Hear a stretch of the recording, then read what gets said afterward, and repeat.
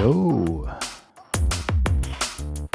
Just trying to get a little bit set up here, but spent some time last night. I was programming out some drum and bass patterns, trying to keep it really simple on the M8, and wanted to see if I can replicate it over on the OP-XY. It's like really not a whole lot. It sounds like there's a ton going on just because there's a lot of little bits of automation going on. If people have any questions, happy to do my best to answer kind of what I was doing, why I was doing it. But yeah, just getting a few things set up here. See where we go. But yeah, there's a number of things I think that we can do that I've programmed in, because these are all really just basically each track is we got kick, snare, hats, percussion, and some bass. It is 4 samples, just a kick, snare, hat. There's a percussion loop and a bass loop, but they're not super complicated.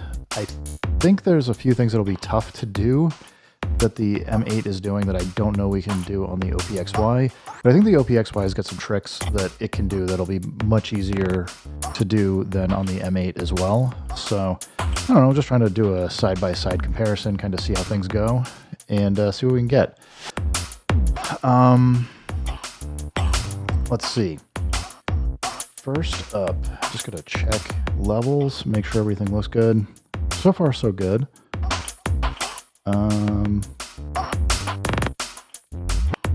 Mids might be a little high there. We're not clipping too much. I think we're good there.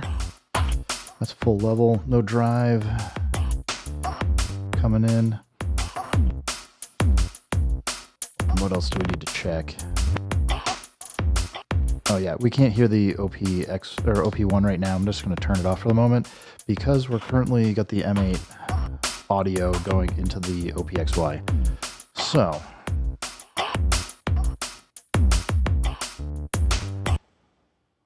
let's kick it off with, I don't know, it looks like I programmed. I don't care. We're gonna go brand new. Let's go rename this to, well, apparently it's picked up the microphone for some reason. I was just going to go M8 test or something. I don't know. Then we'll get going. Do-do. Do-do-do.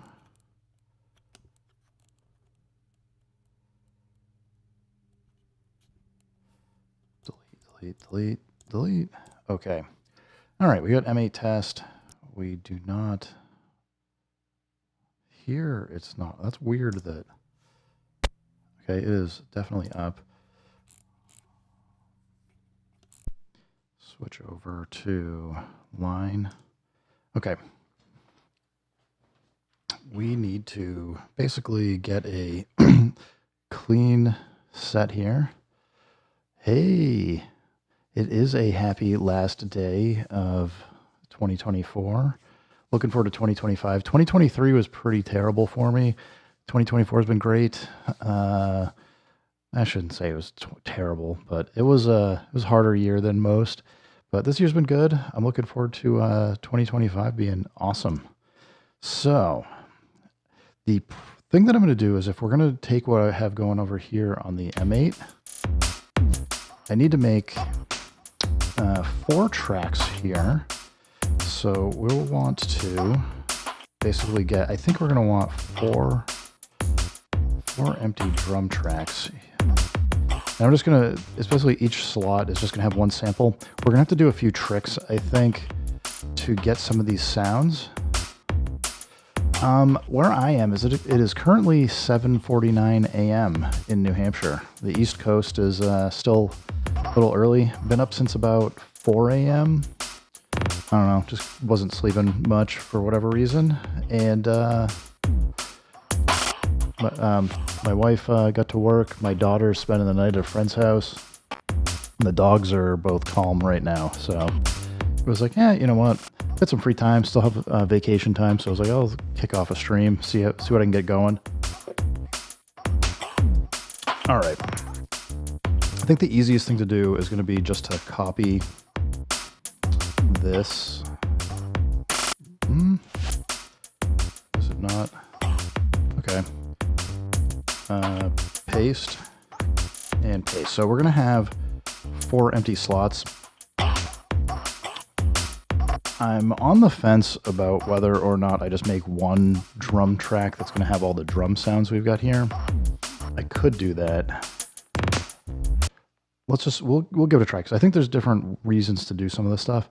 What time is it where you're at, Colonel Panic? Hopefully it's not too early for you or too late. Let's see. So this kick, actually I just hit edit, right? So here's a fun thing. Because on the M8, it might be a little hard to see. I've got a bunch of tables. So every time it plays a note, it's getting like, it's frequently getting a random play set of parameters. It's going to make it actually more difficult to get that sample. So it's probably easier just to come in and record it straight. Got line. Probably need this signal boosted up a bit more, huh? No, wrong one. There we go.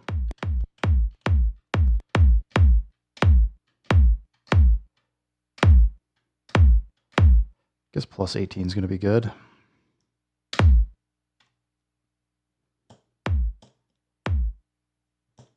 Man, it's getting a lot of space. It must be picking up some line noise. Let's try. I'm going to just re-record this. I got to experiment with this. So we're going to drop this down. Let's go down to like plus 12. It's still doing it. It's probably just too hot. We can edit it down after. I don't want to mess with this forever. So next sample, go back here. It's our snare. Exit out. Next one, hi-hat. Doop-a-doo. That is not it at all. That is a... Hit enter, or edit.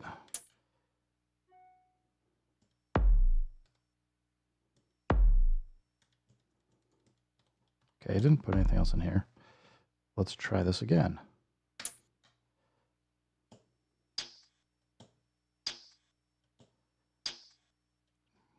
Is this getting sent? There must be some effects going. All right, so just with the kick, snare, and hat, I think we can do a lot of the programming that I've got set up here. So we'll go back in. All right, we're on the kick track. First up, we're going to need to adjust the start point, not tuning. So I'm probably not going to be able to do much of the pitch tricks that I was doing. But that doesn't mean we can't do some of the other stuff. We'll tighten this up.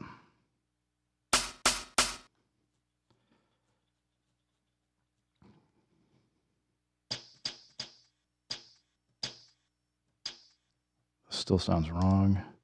It's probably something. No effects there. 3 is off, off, off, off, off.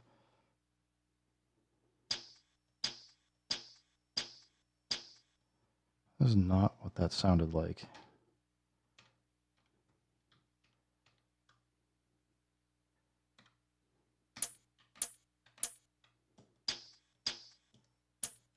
There we go. Okay.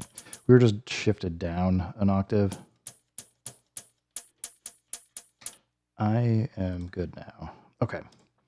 So let's exit out of here. So basically, here's what I've got.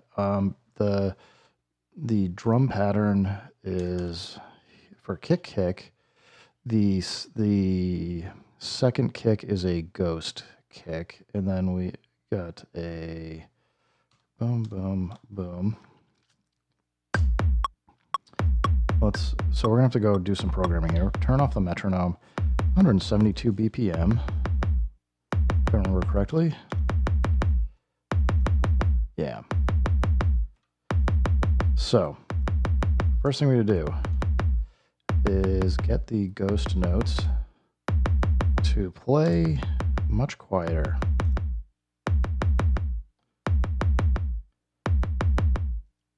And what was the trick? There's a velocity trick.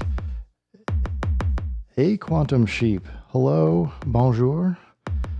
It's been a while since I've spoken French. My daughter still takes French classes, but I think it's bonjour. Maybe I'm pronouncing it a little wrong.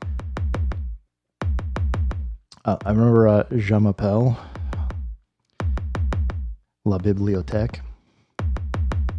All right, this is every nth note. So we're gonna do every fourth for this one. All right.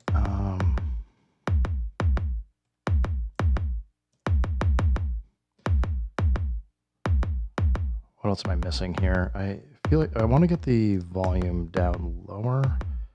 There was something we needed to do. Was it on page 3? No.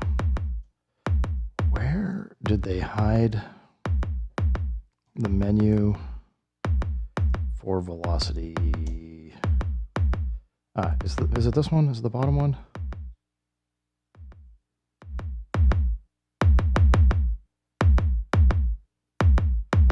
I feel like this is too loud. Yeah, oh, well, thank you for telling me that the way I pronounced it is correct according to your non-French speaking assessment. I appreciate it.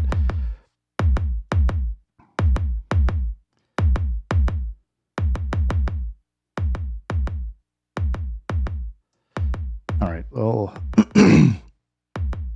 there's a few, like the real problem to get in here, excuse me, the real problem is going to be all these tables assignments that I've got, because I've got all kinds of filter stuff going on and other things, and so we don't have a way to degrade the kick drum to play at like the M8 allows you to basically kind of change. It's not really a sample rate bit reduction. It kind of is, kind of isn't. I also have like some random delay effects kicked in and some other things. So as we go through this, to break it down, we'll come back to this, but right now I just want to get the pattern going. We'll kind of see where we can go from there. So I've got for the ghost notes, if I hit edit, I've got currently a 40% chance for these to play at all. So let's see, is it random? I don't know, let's just try it. That's gonna impact octave. That's no good.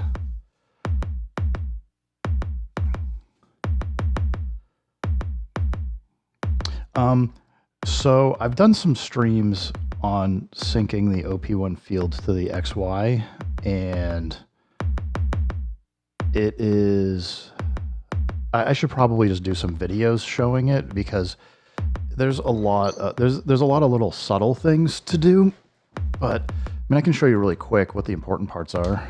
Is you can go USB-C to USB-C, and this tape here is going to be at the wrong speed. You need the BPM between both to be exactly the same for this to work. Let's go create. I'll make a new tape. It's fine. And so I got a brand new tape. If I go to the metronome, I know I'm 172 BPM down here, so I'm going to need to change this to 172 BPM up top to match. It needs to be exactly the same for this to work. Now, I got my in marker, like you do. Let's say I want 4 bars, so I'm just going to hold shift and arrow out 4 bars, go out, hit stop to get it at the start here. and assuming you've got like all the syncing set up correctly, which I can show you what it looks like as well. I'm just changing this to USB input. So now, this is a bass. Silly little microphone thing I'd recorded in. Let's change the instrument to something more. So I can play over here. It's coming through the USB-C to the OPXY. Now, the important part is to understand how these stay in sync. So if I move this into the middle of the tape and hit play, I'm out of sync for the tape. It's not starting on time. However, if I hit play a second time, every time I hit play, while the OP1 field is running, it's going to kick the start point back to the beginning. So now I can like record something and keep it in time.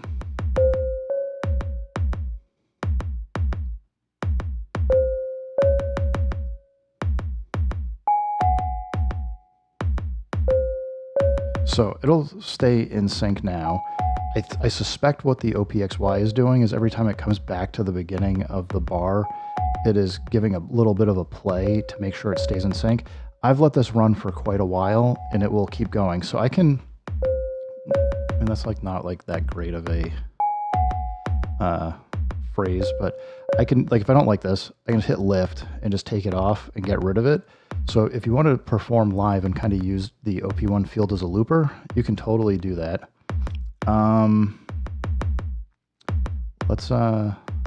You just got to be careful because it's very easy while you're in tape mode to hit some of the stuff that are tape controls and then get yourself out of sync. But let's go find something that's maybe a little bit better.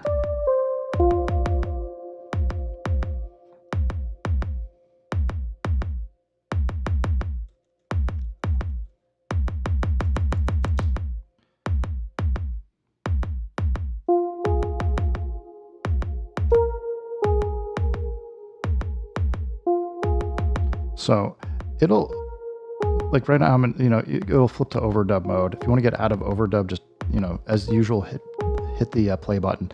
It will do that short mute when you switch tracks and double, like if you just tap in, because if you hold down this 2, 3, or 4, it's going to mute everything but the track you selected. So it's good to just kind of get used to like doing like a very fast tap to switch tracks. Let's get down here. We'll keep everything running. So if I come back here, let's say I want to do my snares. So I know I had those. I had a, do I have anything else? No. There's some automation still that's going on.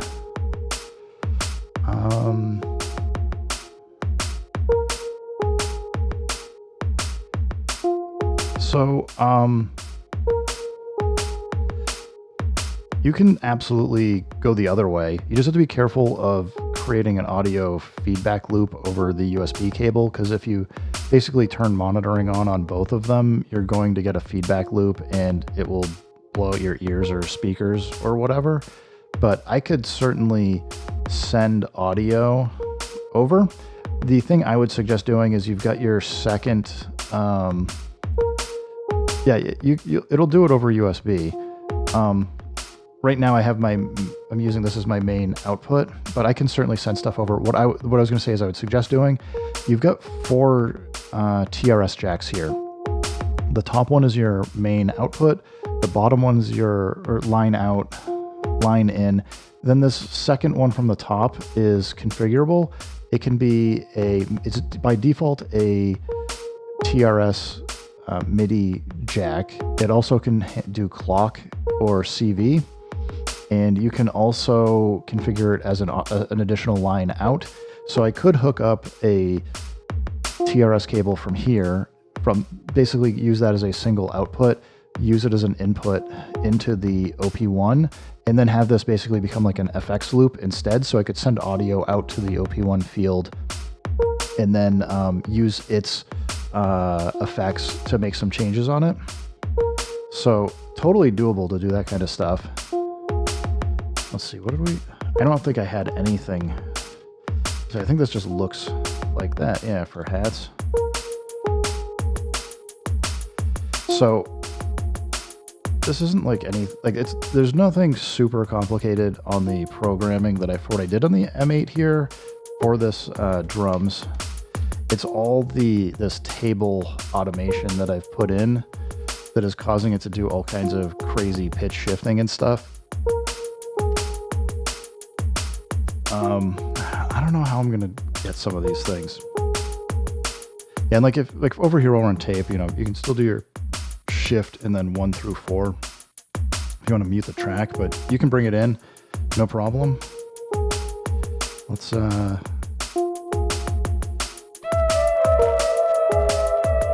a little loud here.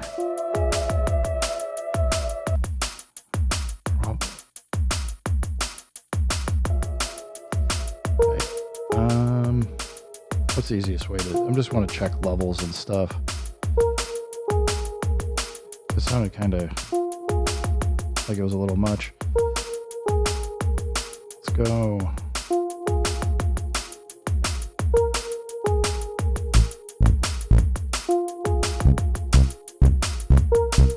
Yeah, we're definitely getting a little hot over here, over USB.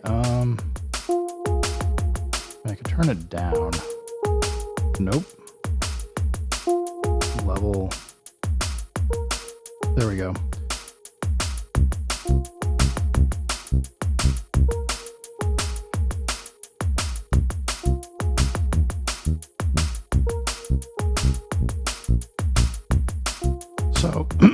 So yeah, like you can just drop stuff in here on the field as long as you're comfortable playing live on it. It will happily do things. So as I said, I should probably make some videos just showing how to do some of these things, because it's like it's a lot of nuances. Because like I can hit some of these buttons. The reverse sounds really cool going backwards, but as soon as I let go, it's now out of sync. And the only way to get it back in sync easily would be to wait for it to kind of come over and then tap the play button. But obviously you can kind of hear as I'm doing some of that stuff, it's a little out of sync, but hitting play while the OP-1 field is already playing will snap them both in sync together.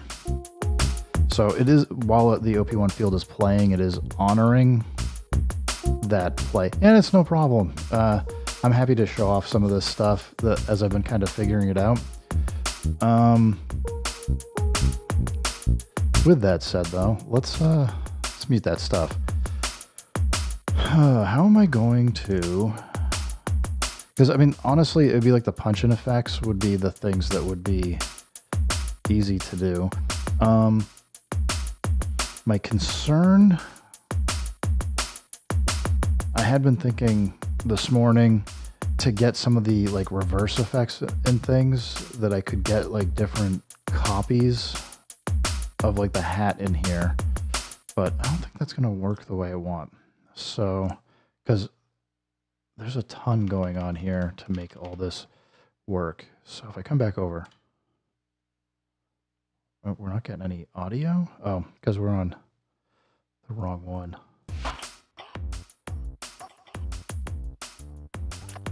I didn't get the chops for...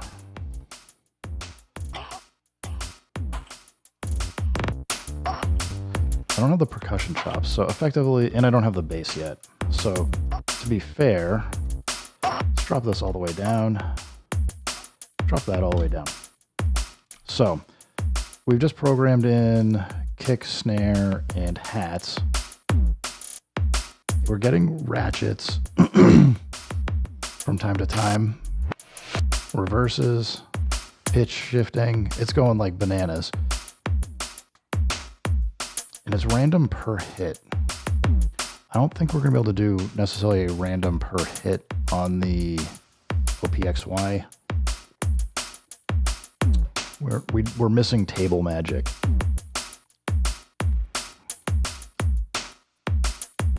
What are we going to do here? Well, as I said, we can do punch-in effects. Well, let's stop this. Otherwise, it's going to be double tapping. All right. Actually, I want to get that drum, the kick drum, closer, because we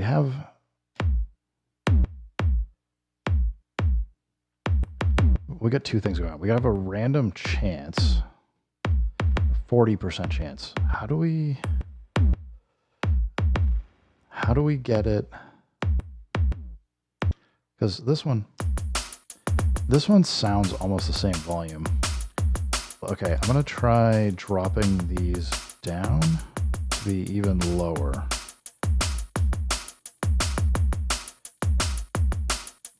It's not. Wait, I'm on the hi-hats, so that's not going to do what I wanted.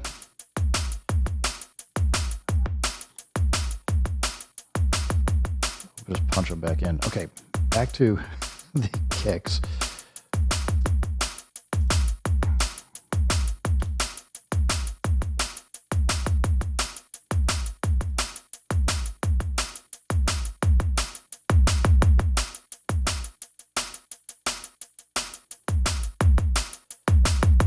I think this is just an overall volume. There was a setting in here. How did I find it?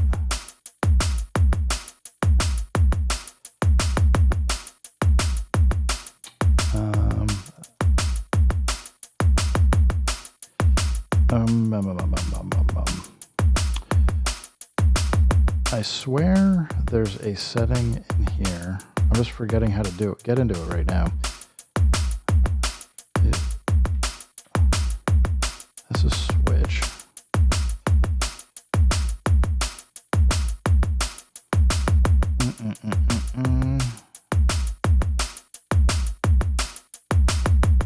It's not that. Oh, it is. It's shift in 1 through 8. Okay.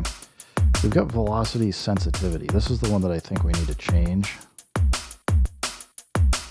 There we go. So with 100%, like you can barely hear that. So that's now way too quiet. So we got to take these two notes. Let's try more like 16. There we go. Now we want these two.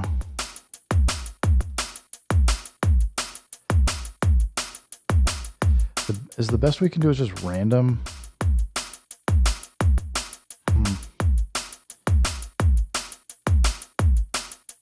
Maybe.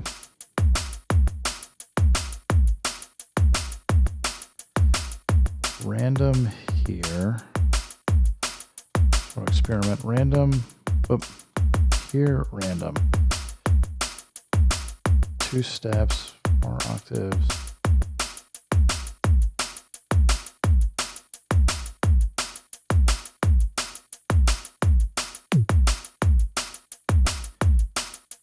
That's weird.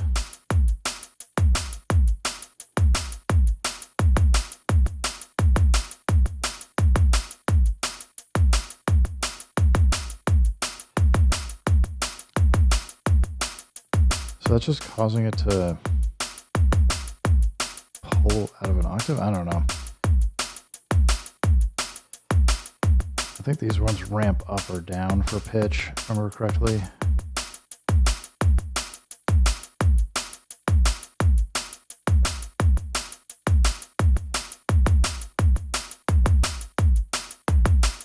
Yeah, it's kind of shifting up and down.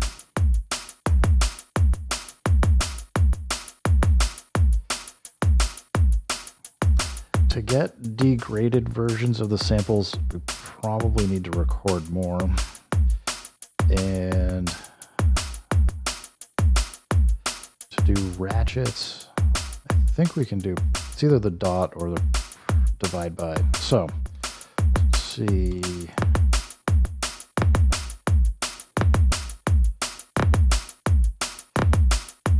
And then what is it? This one, skip every second component.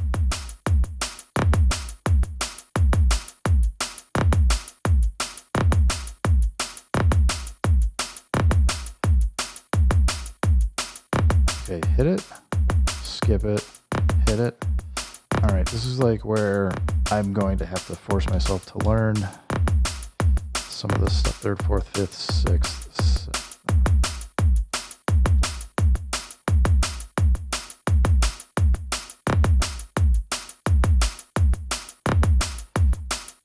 Skip a random component.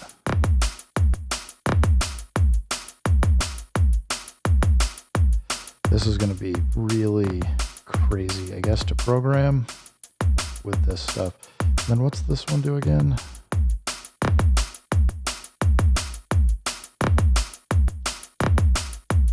Take those off. Hit this. Skip every second parameter lock. Parameter locks versus components.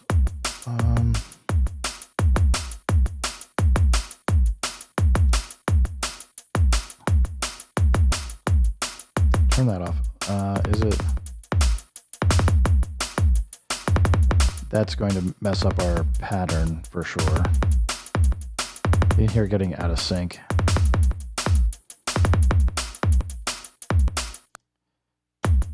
Okay. Toss this back down. Get rid of that. All right. We'll do something like pitch up. So we can hear it. It's going up. It's climbing up. Is it this that we need to do to skip?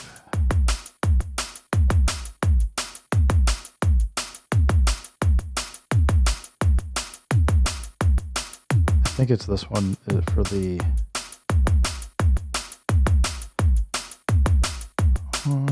Okay. Go back here.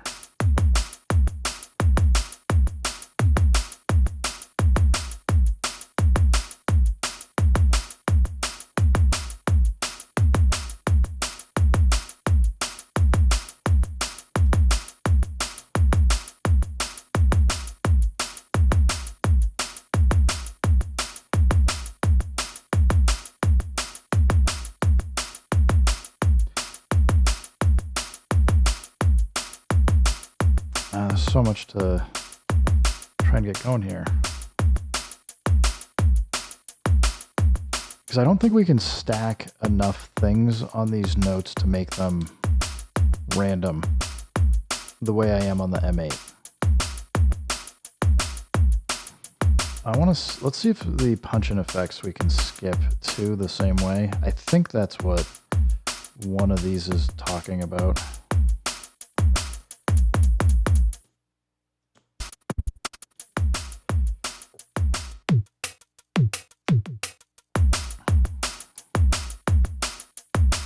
All right, so we could just do this because it's very obvious. We can hear what's going on here.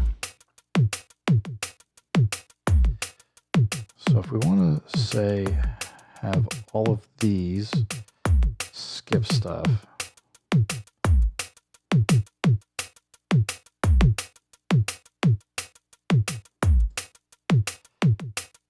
I'm doing it wrong again. Just select them, turn it off.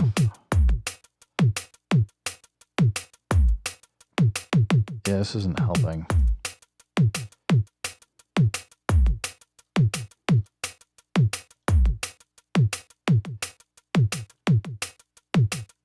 So there's no way to skip the, okay, I guess you can't skip the brain, not the brain, the punch-in effects, which is fine. Just need to know that.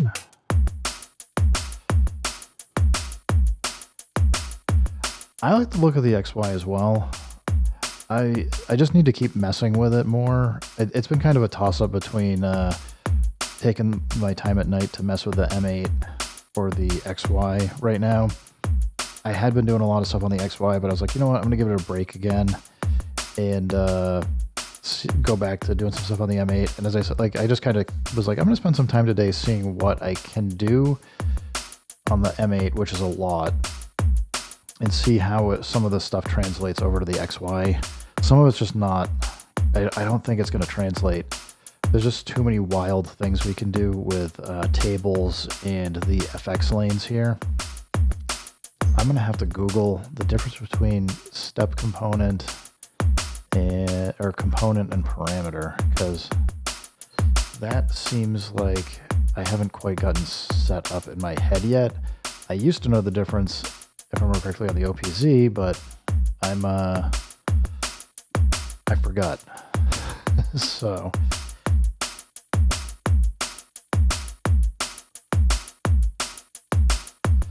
I guess I could grab the manual, but which is probably where I'm going right now.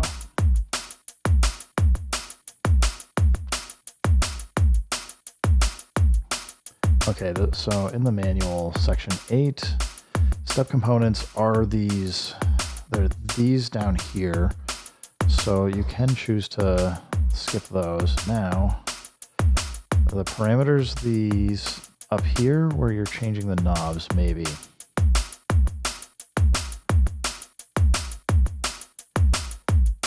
I bet it is. So to test that, let's go, let's turn this on. Make something super obvious. So if I want, we can record me opening up a filter here. So that's playing. Now if we tell it to skip this,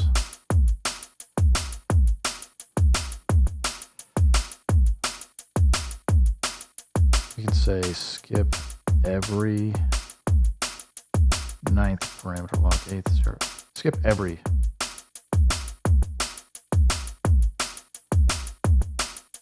Maybe it's not doing what I think it is. Could be because we've the filters automated. I guess I'm gonna have to keep going.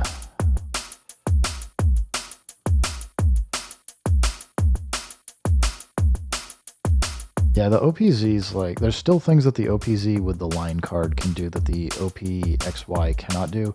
A lot of the tape stuff, like, because you can do tape tricks on an incoming audio signal. I haven't figured out a way to do tape tricks with the OPXY on the line in. I don't, maybe they'll add that later, but I haven't been able to figure it out yet. And I suspect it just doesn't work. Okay, searching for parameter in the manual and getting nothing. 1, 2, 3, 4, 5, 6, 7, 8, 9, 10.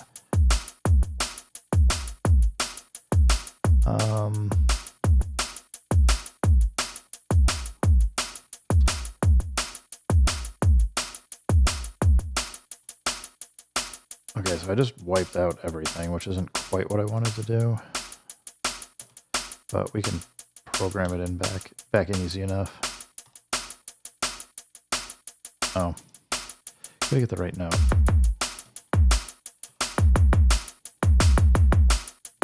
So back to these.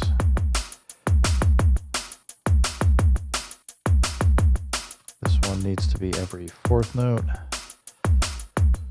Maybe they haven't documented parameters yet, but I'm pretty sure somebody must have. OP XY parameters.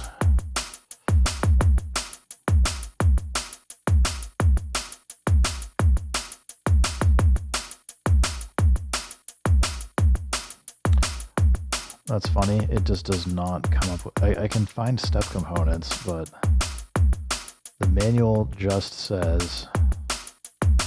I go back to step components.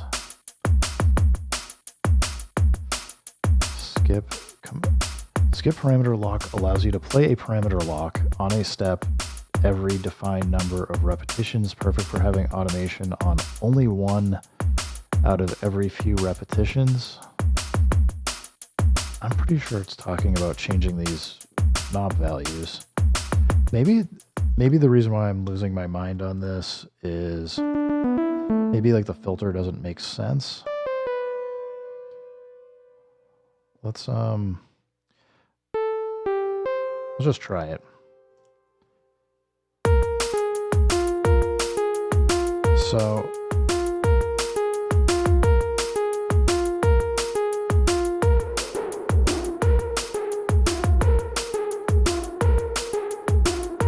I don't think it recorded that. There we go. Okay, I had to hold down the record button to get it to record it. It won't do it if it's just an overdub mode.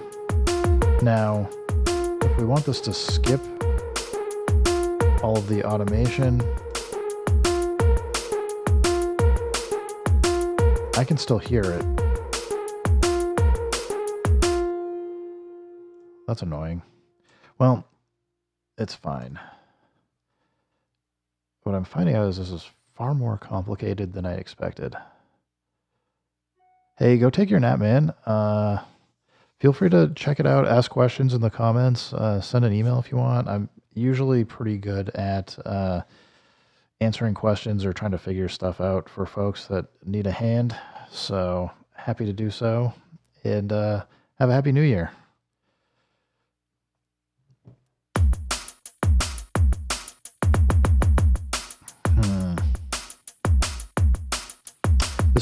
It's just turning out to be far more complicated to do some of these things than I was initially thinking, even though I was like kind of thinking it would be tough.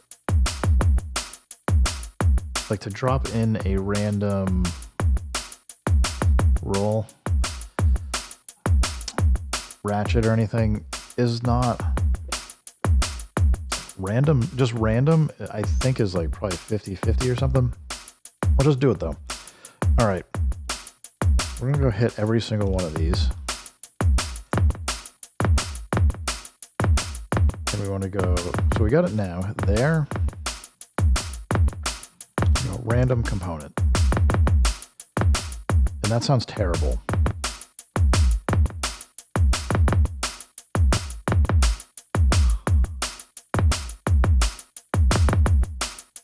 And that's... like, that is just not cool. I guess I got to turn this back on. Because the reason why this works is it's just not happening that often.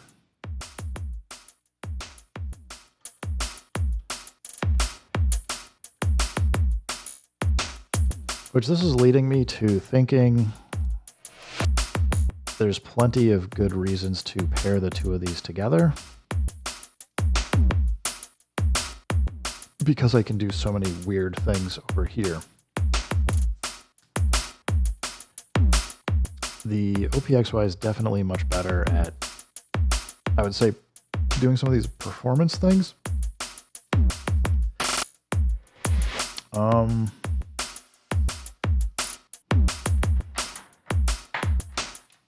It's like I could sync these together. Just trying to grab a cable.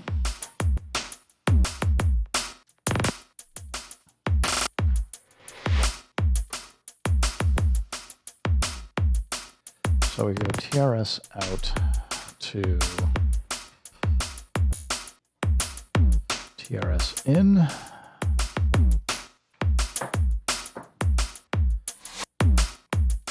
So we want to stop this for a second. Let's mute our drum tracks. I will then hop into MIDI. We're going to go settings, sync in. We're going to say clock.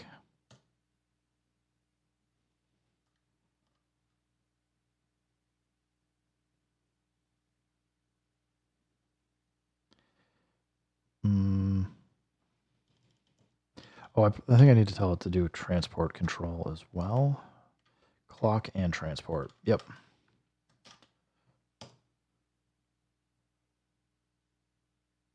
That's not working. Still,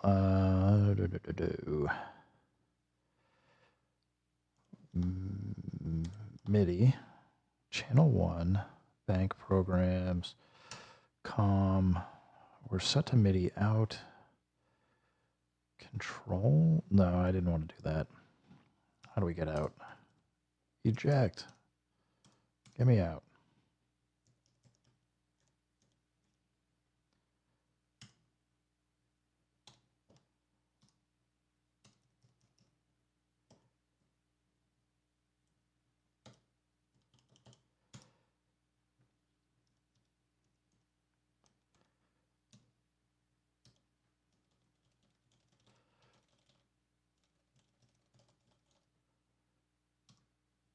Shift, maybe it's shift com. Okay.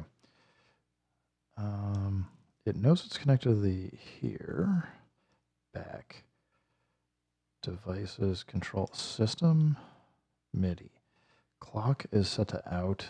Both. Echo is off. Why are we not? What did I do wrong? MIDI in. Should be good. Let's try, go to a different track, Shift 1, go to external, MIDI. I've got track, not channel 9. We're not sending anything over. Maybe it's supposed to be this one.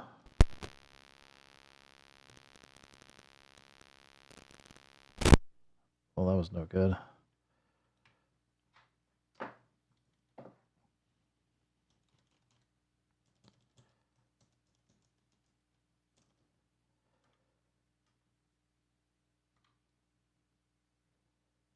MIDI in.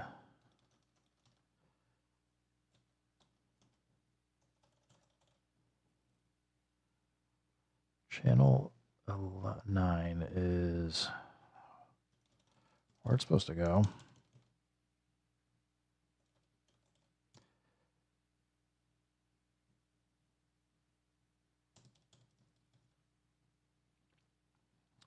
Because it's probably out to out when I do this, right? It's not, yeah. That is not working. This cable could be terrible. Might be busted. It's also quite possible. Where do I have more cables?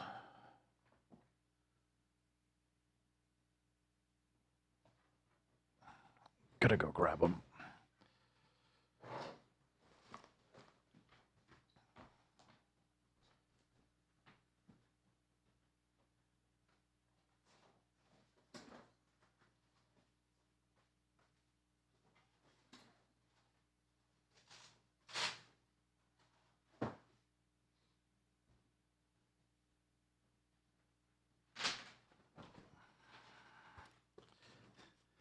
All right.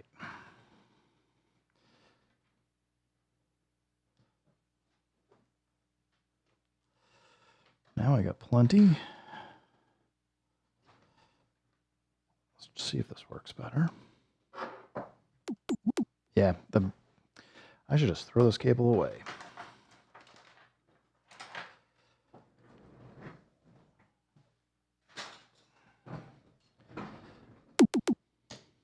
Okay.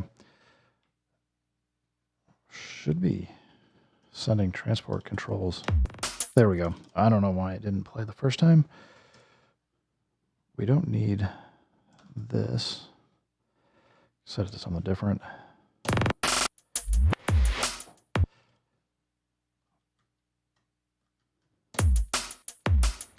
Okay.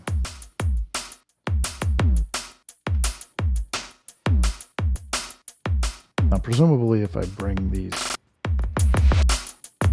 they're going to get like phasing issues. Because now I'm playing it on both at the same time. Which is not really terribly helpful.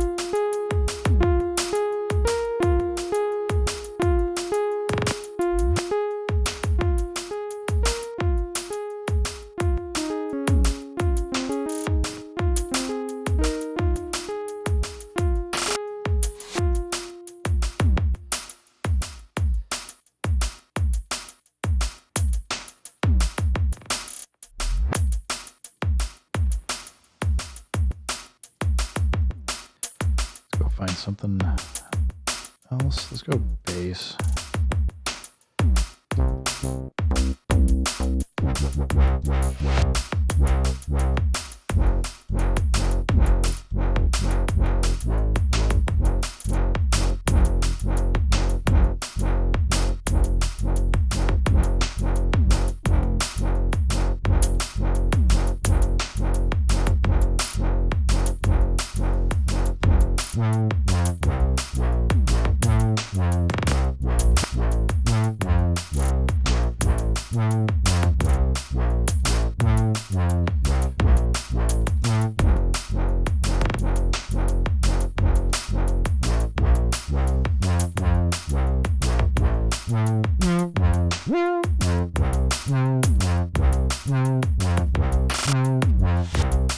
I think this command is changing every note that it hits, which isn't really what I was looking for.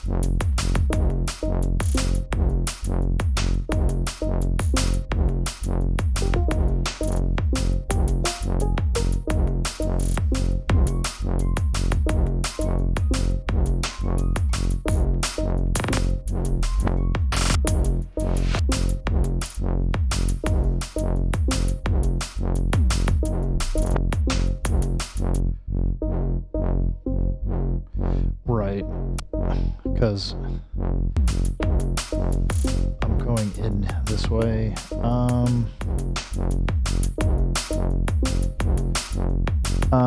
The OPXY is the master clock right now. I have it's sending clock out over USB-C to the OP-1, and it's sending it out over MIDI for the TRS to the M8. So it's sending clock and transport controls to keep things in sync. I'm just trying to think of how do I get audio, because the OPXY can only take audio either over USB or line. What I may have to do if I'm gonna have, because if I want the tape track to be clean, I'm going to need to not send audio from the M8 to the OP1. So what I think I want to do here as the next step, a big pile of cables. I think I'm going to go audio out. Hopefully I don't get a round loop noise here. Find out shortly. I would probably say use a mixer for this normally, but kind of just messing around at the moment. So we're going to go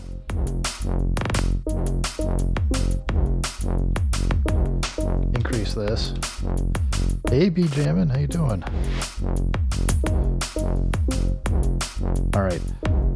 I think these two tracks are actually muted, so I gotta unmute them first. I gotta increase the volume. Let's just kill the tracks. I don't have anything here I care about.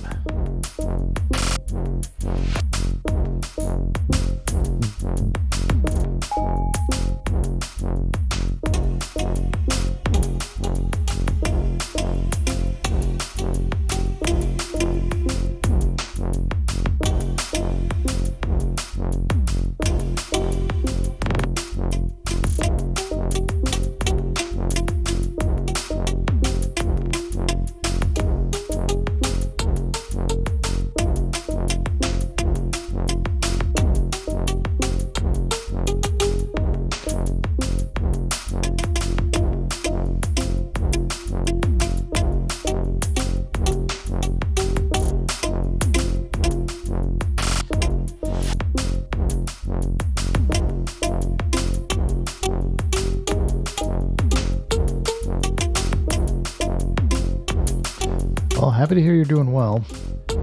Got any fun music projects you're working on?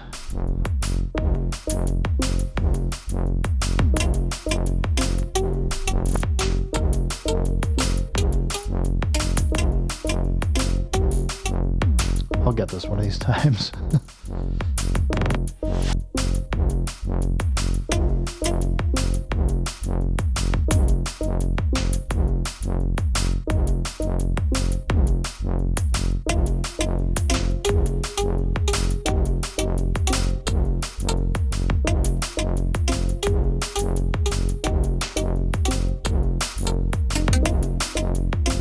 Not quite. This is where you're gonna, if you're gonna be looping, you're gonna just practice or just keep trying.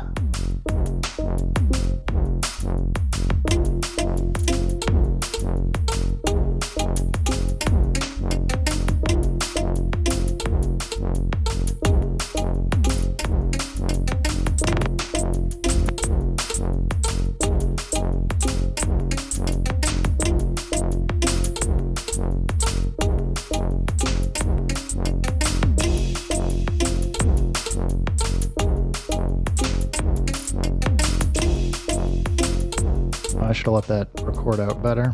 Oh well, do that again. As I'm totally flubbing it. It could be cool to, I guess, be a little bit off, but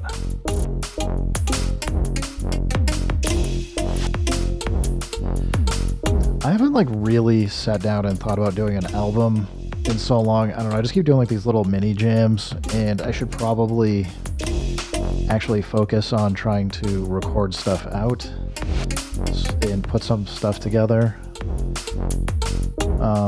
At the moment, I've been really trying to think about what gear I actually really want to be focusing on. I'm getting kind of frustrated doing certain things on the SP404 Mark II.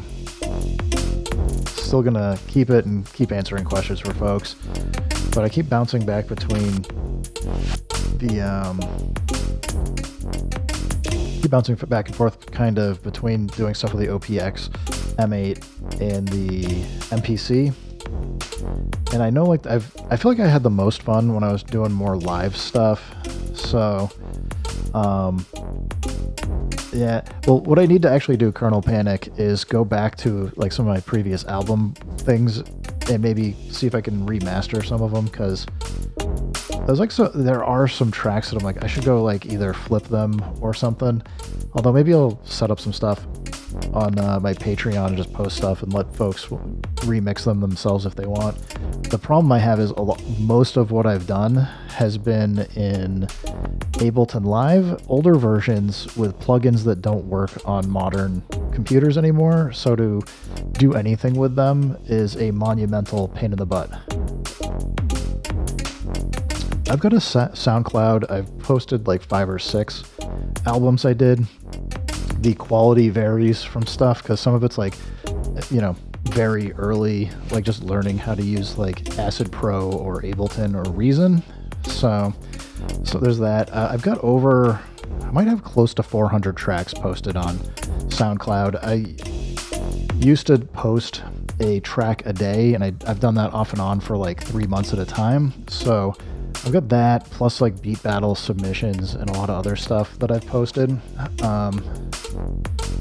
Oh, actually, if anybody cares, please do not ask me where you can buy these.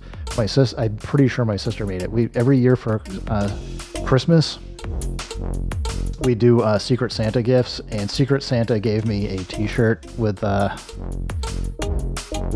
Near Dow on it. So anyway, I told Secret Santa that people might actually be bothering me if I wear this anywhere where to get the T-shirt. Apparently it's a one-of-a-kind one-off at the moment, so kind of a bummer, but kind of dig the design. Well, it's like the old graphic, like worn look. So I'll have to give a big thank you to my family, for somebody in the Secret Santa pool, for doing that. Yeah, I so the thing with doing a daily track that I kind of got to was I wasn't as worried about the mixing or mastering at all, and it was really more just iterating through a process really quick and just arranging stuff, and maybe getting, whether it was 15 seconds or a 3-minute track, it was usually like a 1 or 2 minute track at most, and probably good enough for kind of flipping through stuff in like a beat tape format, but not like a album kind of setup. So I don't know. I should go back and just listen to stuff and be like yes or no, and then figure out where, if I have either stems or the old projects, where to go grab them.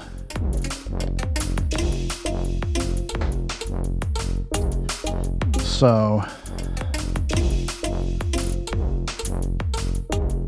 and I think the other thing will be, I mean, I'm actually was kind of looking at building a custom case, or trying to get a suitcase I can customize. So I'm kind of thinking like maybe try and get like the P6, M8, OP-1, and OPXY together, and I could either use the TX6 or TP7, or maybe both, to record out tracks, and then at least have something where I can load in tracks into Ableton to go work with afterwards. So I'm definitely thinking about it and trying to decide what I want to do there, but I've also had people start asking me again if I'm going to be doing either like classes or one-on-one sessions, and I don't know. I'm trying to think about like, okay, what would I charge for doing that? What do they look like? And I'm probably overthinking it, but I think it'd be fun to do it. I'll have to figure out what that looks like as well. Anyway, I don't even know if any of you guys care about some of these tracks I'm kind of doing. I'm just noodling around, so I guess just keep goofing around.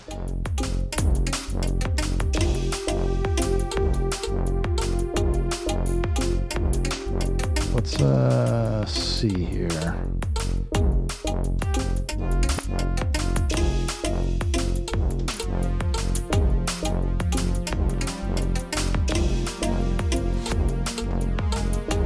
Yeah, but I haven't really.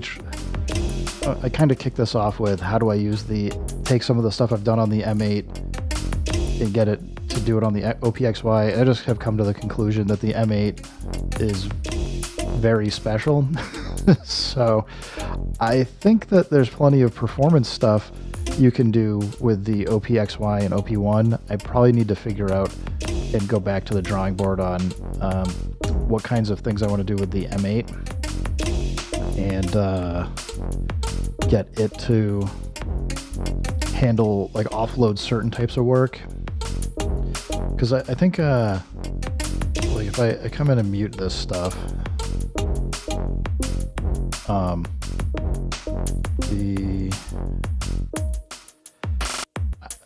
like the randomness I have going on here for just like this really simple M8.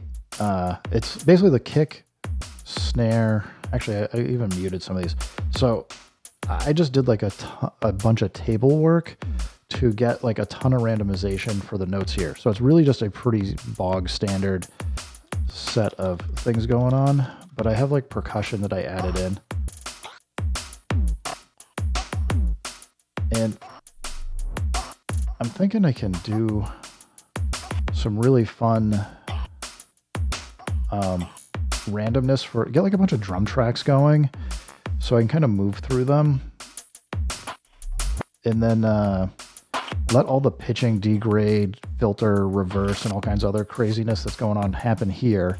And then think about doing more traditional music structure in the OPXY and OP1.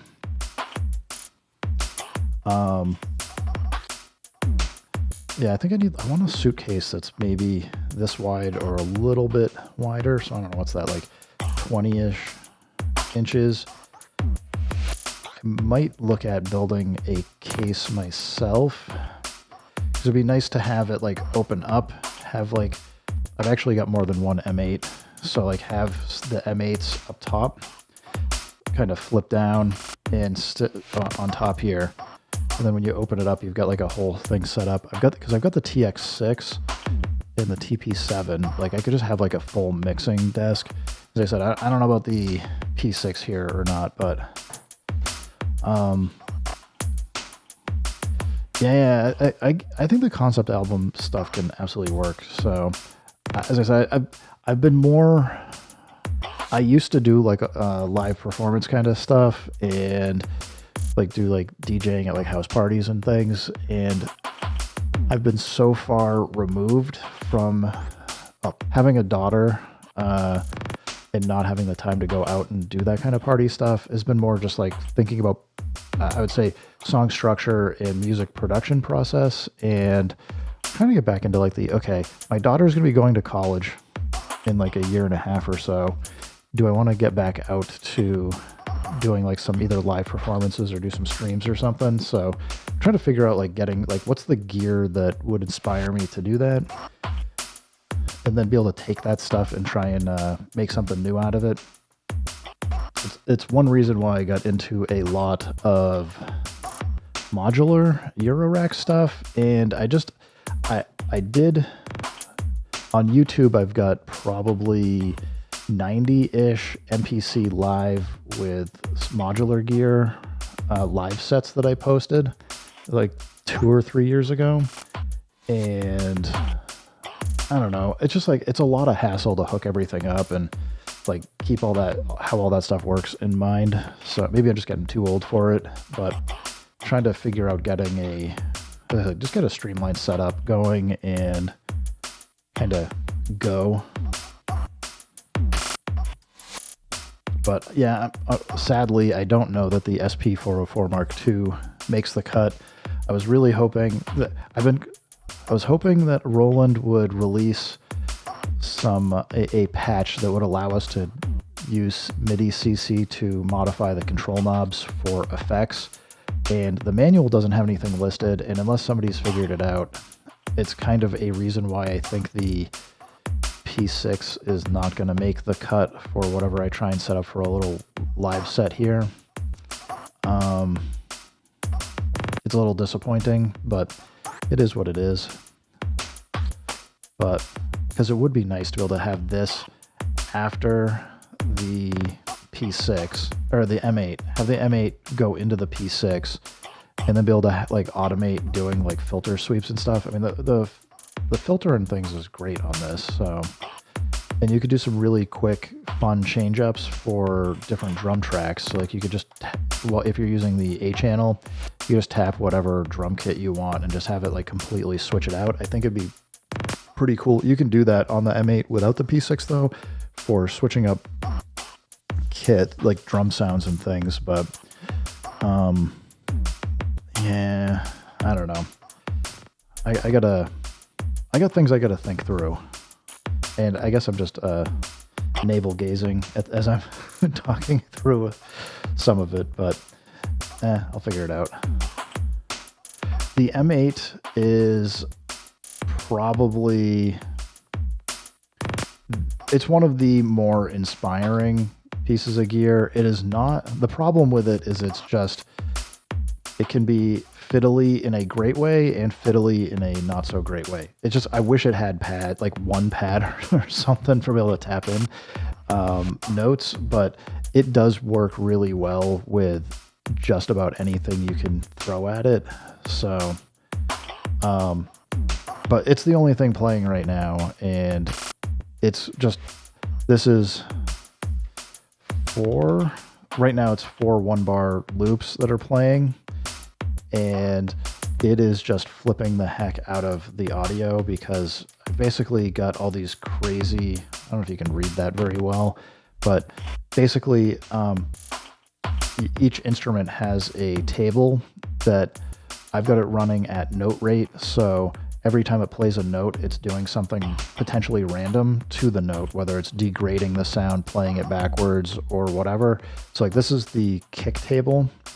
So it's doing like filter cuts, degrades, amplification to kind of give like a accent on some of the notes. And again, it's doing randomly, so I don't have any control over it, but this is like if I come in here and just play the kick, you can see you got like the kick note, I got a ghost note, that the ghost note has a 40% chance to play, got a kick, then a ghost note, and then I've got another kick that just plays every 4th note.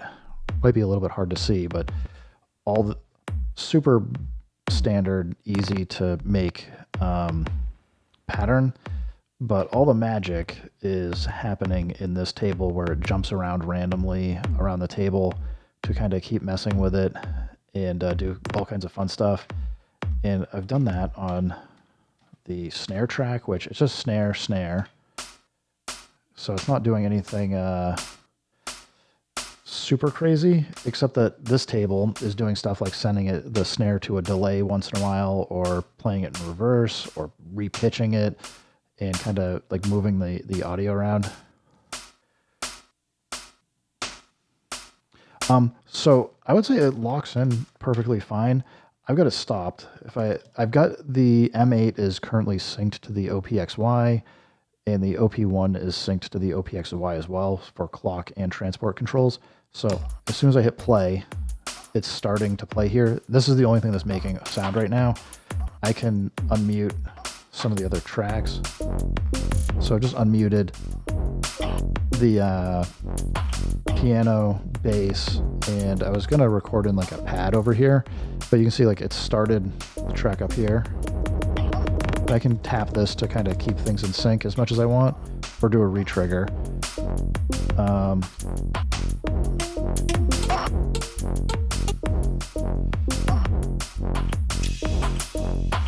What, you want the M8 super bad?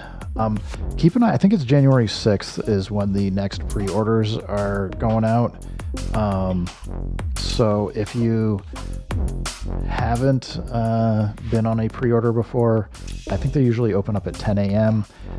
They vary from being available for like an hour or two after they go. It's 10 a.m. Eastern time, I think 7 a.m. Pacific. Go, if you're not on the Dirty Wave Discord, absolutely get on there. Just pay attention. People will be announcing when they go live, and I mean, what Trash 80's done with the M8 is just absolutely insane. How he's still got 32K of firmware space left, and every time he like adds stuff in, I'm like, how the heck did he get that in there? But he's been doing like tons of really amazing stuff. It is, I think this is something that I wish more people like in the, I think like more mainstream people had picked up it just to kind of see what they would do with it. I've told a few folks like you got to like check it out, but I don't know. I think it requires a bit more of a different mindset. I'm a long-term computer programmer, so like all that stuff for like the commands and things and structuring that just, I don't know, makes sense to me, but I know some people are like, I don't get what's going on.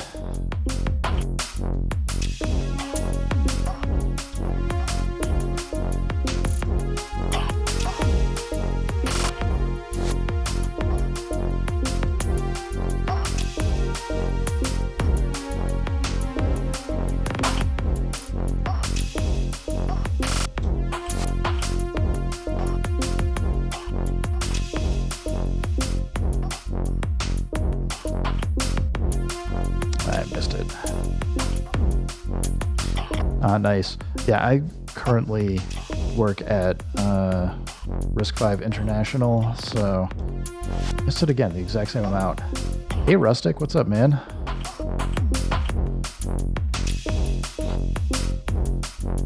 It is the last day of the year. That was super early. I deserved it.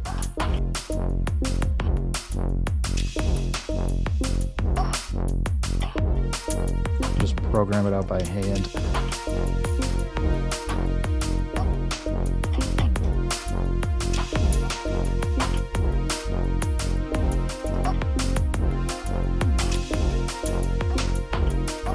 I think I still need to slow down.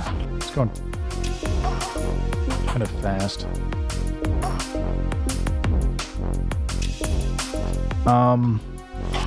My brother-in-law has some, like, I think I've said this, the Electron gear looks cool. I don't know, I got too much stuff already, and, I don't know. Yeah, be jamming. Like, I get it. The M8 is absolutely, like, the OPXY is already niche. I think it's more accessible, especially with the screen, but the M8, you can just do such crazy stuff with it.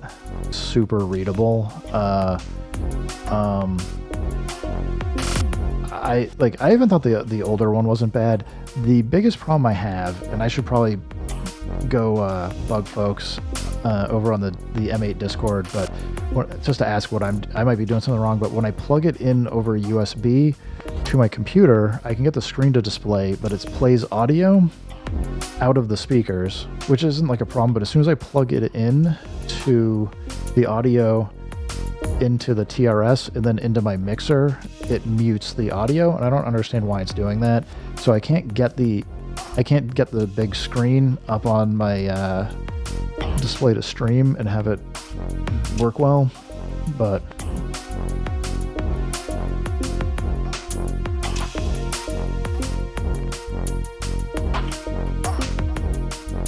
yeah, I don't know. Sorry, the stream is glitching. My dropped frames isn't terribly bad. I've got like 2%, but I can watch my upload speeds kind of fluctuating. I don't know. I gotta go look into that. I think it's my farm life internet. We were talking about it yesterday. The chicken power probably isn't enough to keep things running smoothly, safely, and continuously through the internet.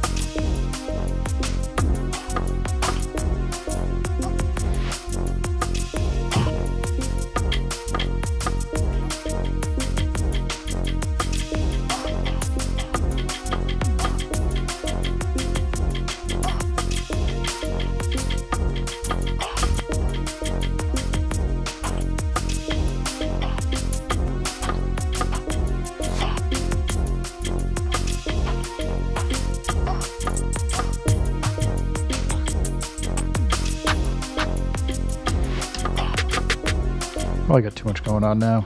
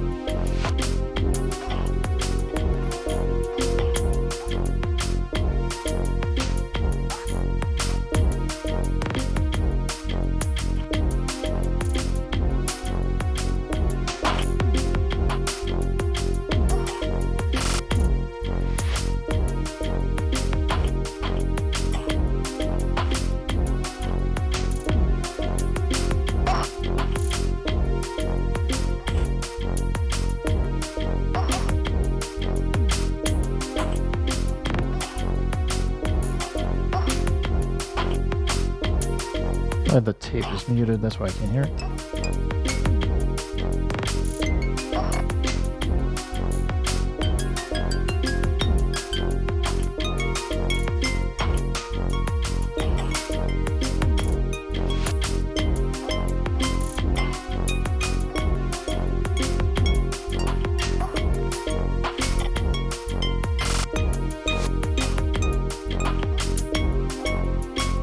Hey AJ, thanks for stopping by.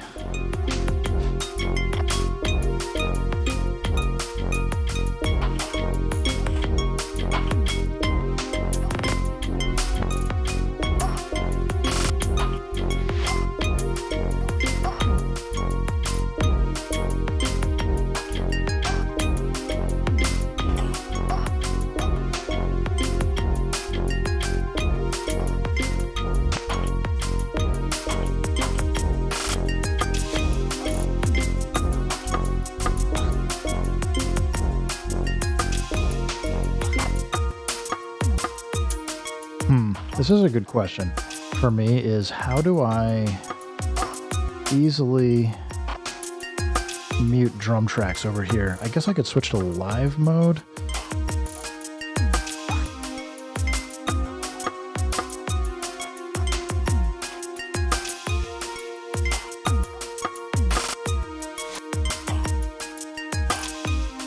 Wait, that's gonna play it again.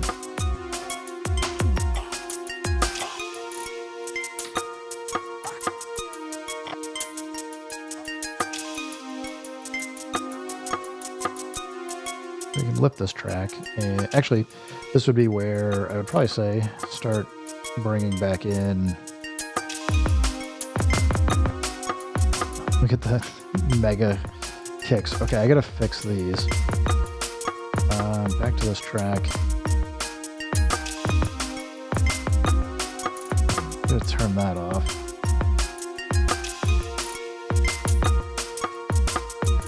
Hey, you're welcome, man. Happy to help wherever I can, and try and get people to keep making music. Just have fun. All right.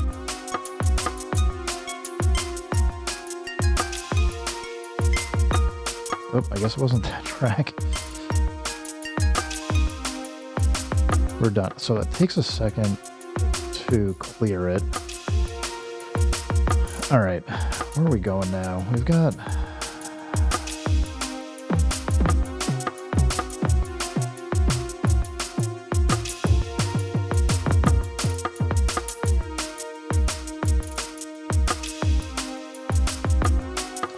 got a big mess of stuff going on here. Let's find... let's go find something.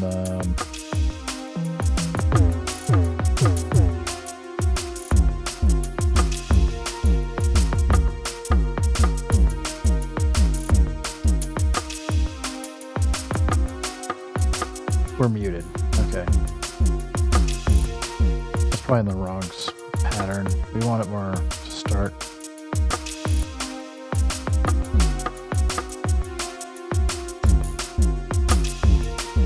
There we go.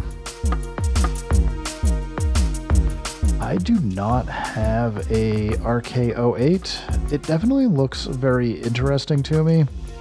If I didn't have so much other stuff already, I'd probably pick one up. I think the RK08 with the RK06, depending on routing concerns I have with trying to get like something set up like this or with like an extra device or two, I may need it just for routing and filtering MIDI, but I haven't hit that point yet where it's a necessity, so I haven't gone for it, but I do think it might be I can see how it could be interesting to somebody. All right, so we can clear that track.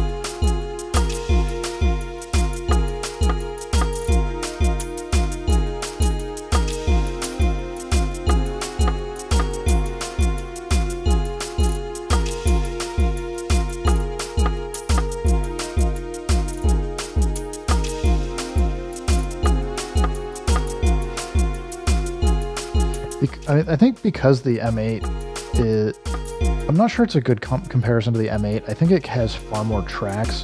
The M8 gets you 8 tracks, but it's kind of one note at a time per track. So it makes up for it in a few ways, but I think the RK08 is probably, I mean, it looks like a solid sequencer and can do some like really cool tricks.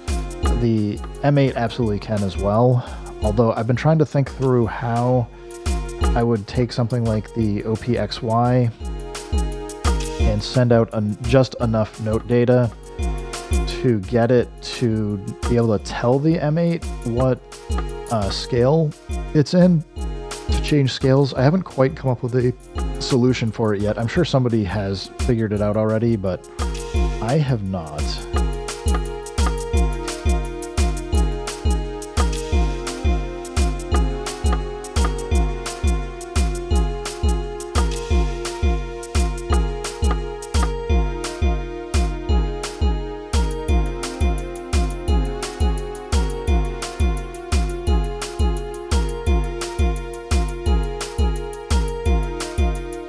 Bass track going right now, so we could switch to the bass track, erase it,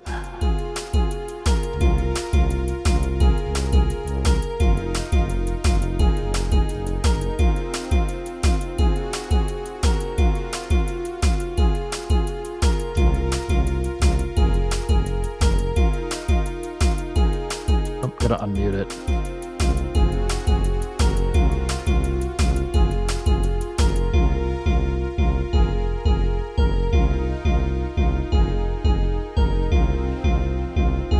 Nothing on the track up here, so we can unmute it.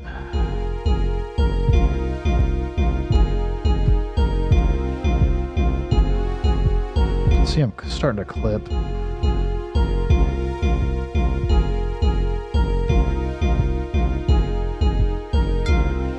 Whoops.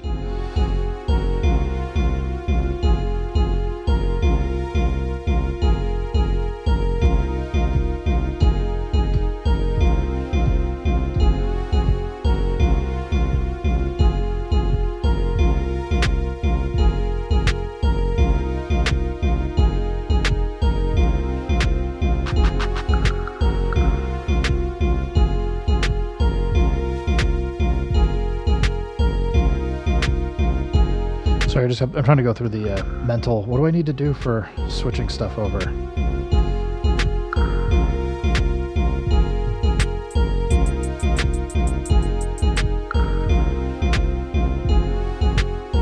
Nothing here. Gotta unmute though.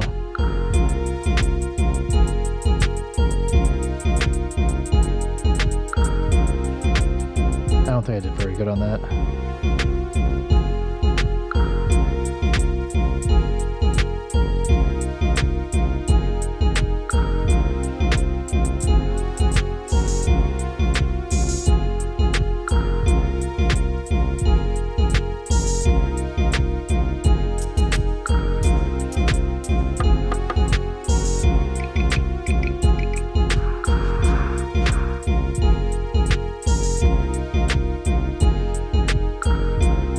So we could mute and unmute. I'm probably not going to be fast enough to do it, but bring in the... I'm not going to try and reprogram stuff on the M8 while doing this. So we're going to have to go Shift-2, cue this up to play. Oh, and it just went immediately.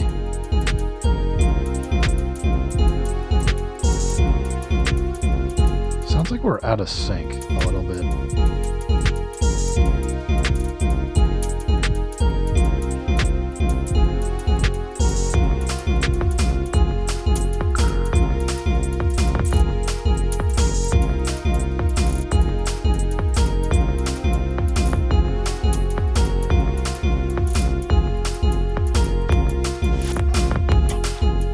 Somehow we got out of sync. I may have done... Oh, I might have stopped the M8 and then switched back over.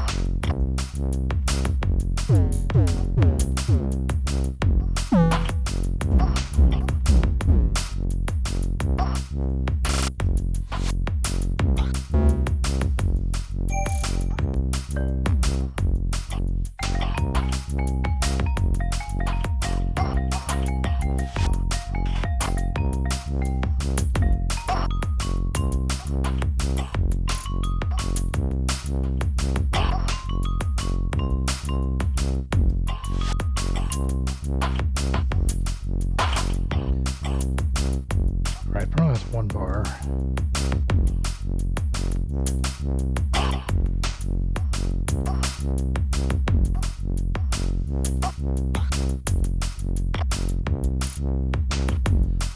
It's possible that the OPXYs and the OP1 are not staying in sync. It sounded like the M8 was out of sync. I think I had stopped playing everything and it got out of sync. And I know if you... The quick way is to like double tap the play button, although that can give you kind of a skip. So...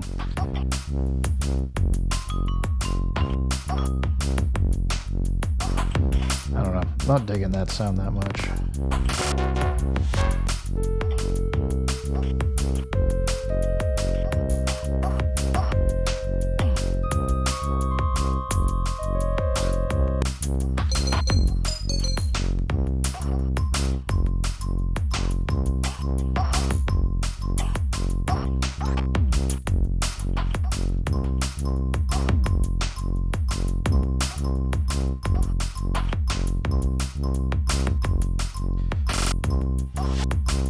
Gotta fix that one, apparently.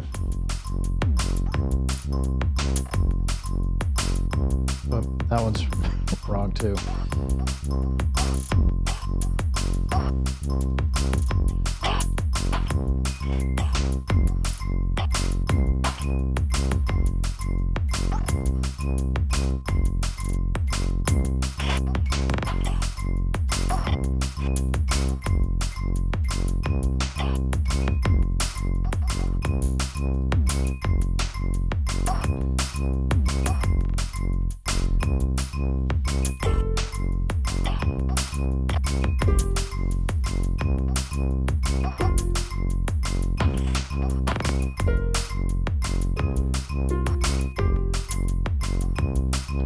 It's out of time.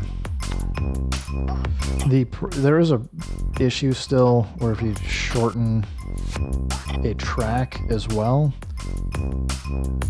it does really weird stuff. If you shorten or extend it, you got to make sure you do it in time with what bar the OP1 is in. Otherwise, these bars will get out of sync, and then when you come back later, it's goofy.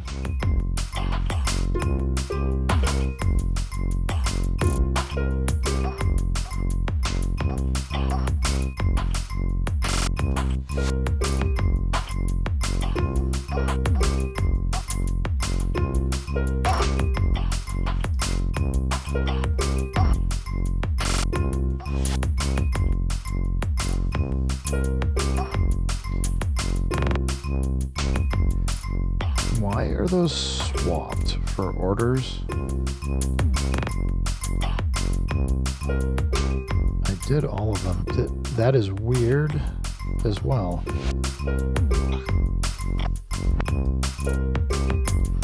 They only... Okay, I'm stopping because I need to figure that out.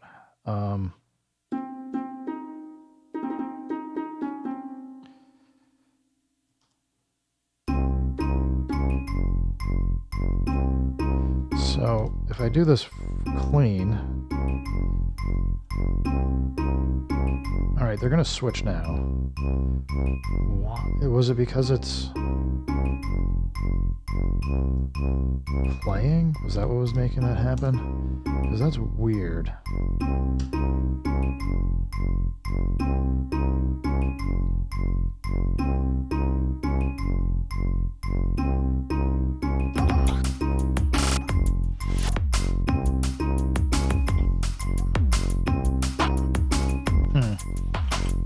I don't know if I can replicate that, but it seemed like because the timing... Wait, okay, so I turned it off.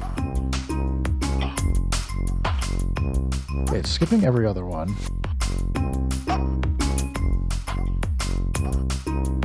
What happens like if I do it in the middle? No, I can't get it to do it again.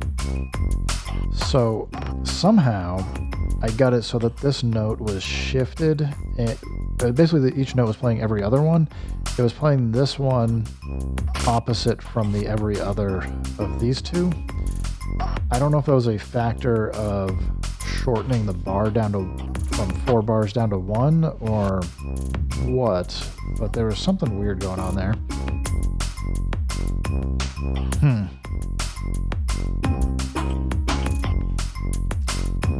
Well, definitely something to think about and consider.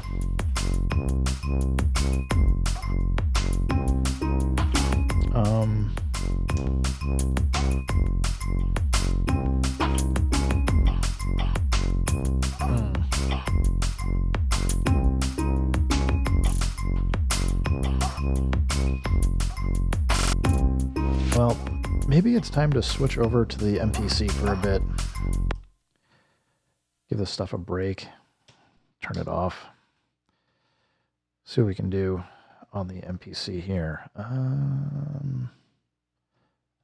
Yeah, we'll just disconnect these. Slide them ever so slightly out of the way, off frame. Disconnect this. We're clear. All right. Oh boy, takes up the whole zoom in here. Zoom out a little.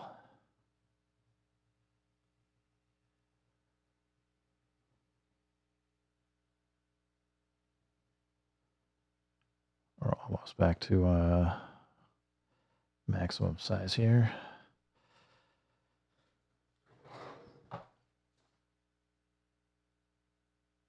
All right, we should have, I think I just heard it click, so we should have some audio. Let's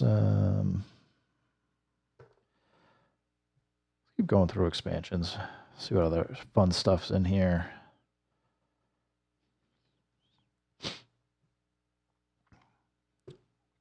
kind of, I mean, I just picked up the late night trap. There's like definitely some fun stuff in here.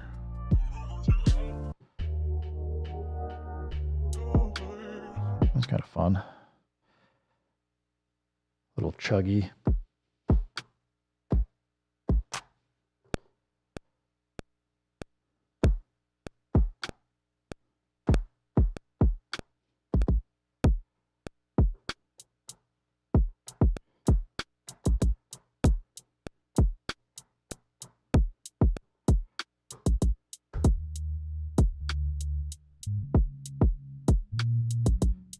All right, we'll chop that.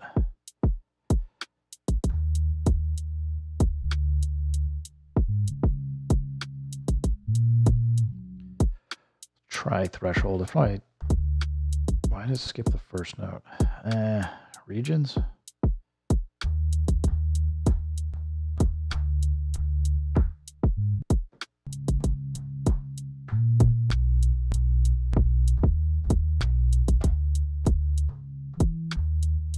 Good enough. I can work with it. Menu, envelope, all.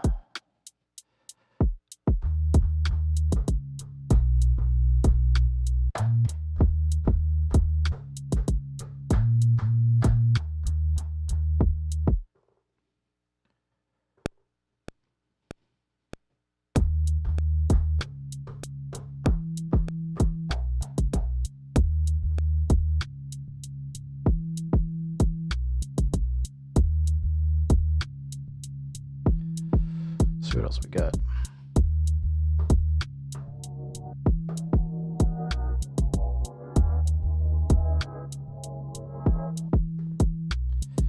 Probably 8 regions for this one.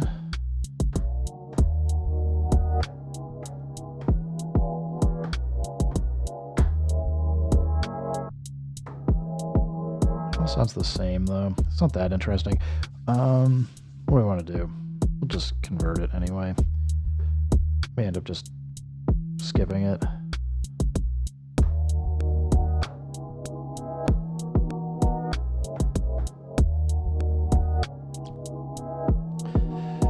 D sharp minor.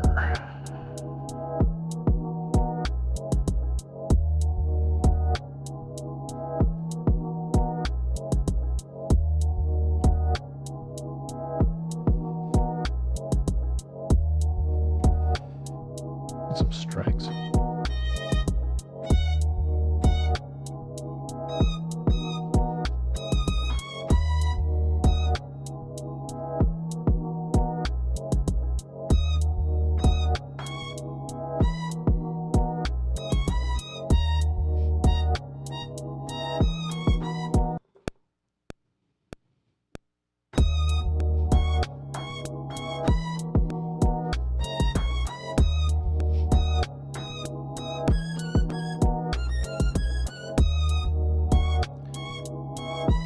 Filter.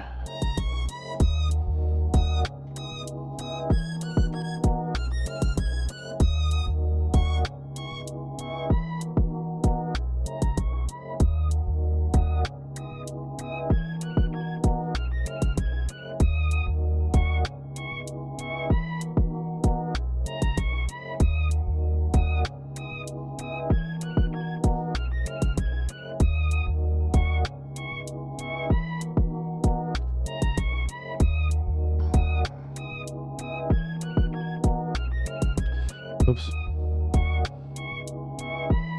Not quite ready for that yet. Let's find a lead or something. Simple.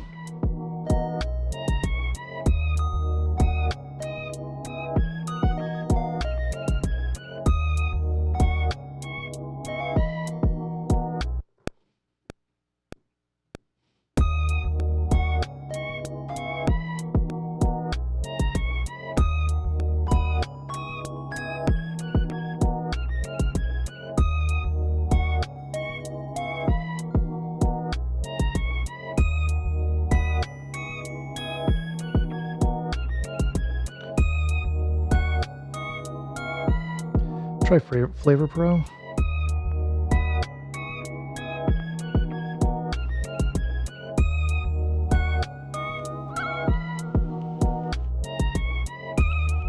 Too much.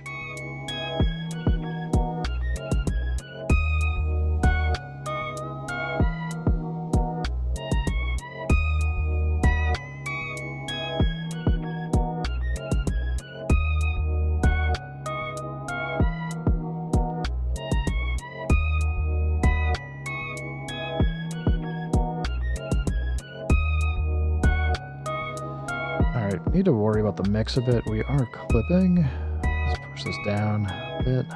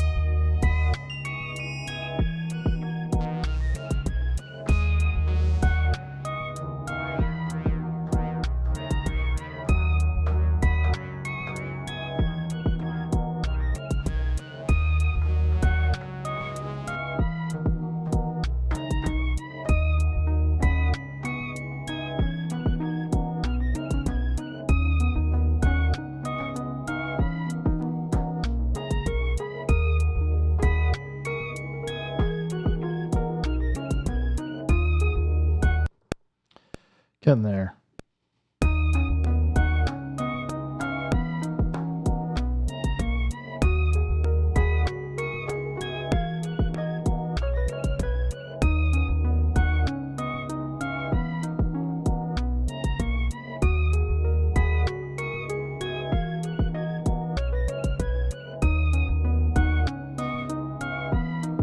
I'm iffy on the fourth bar for this.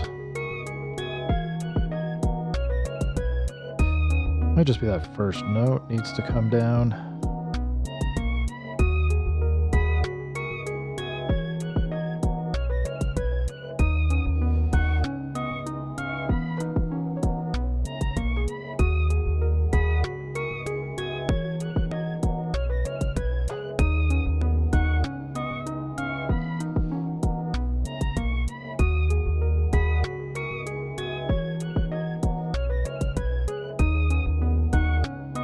I would go Delay Pro, but it is usually absolutely insane. We're gonna try it though.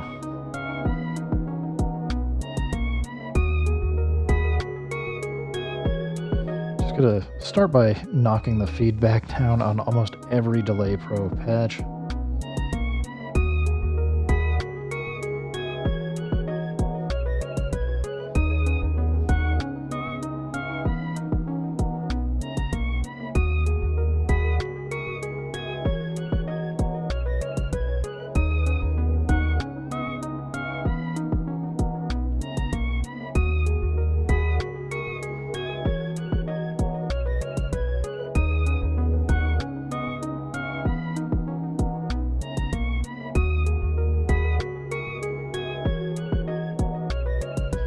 Hey Martin, how you doing? I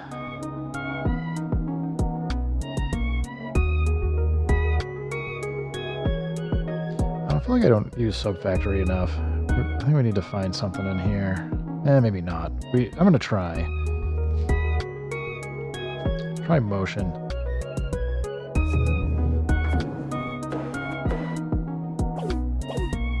No.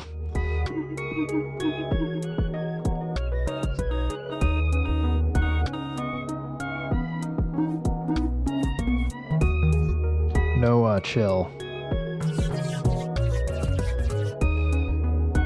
We need not motion. Drone maybe. Let's see what we get.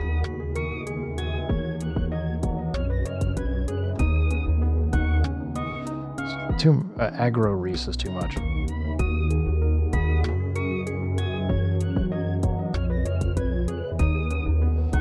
Maybe we can do this.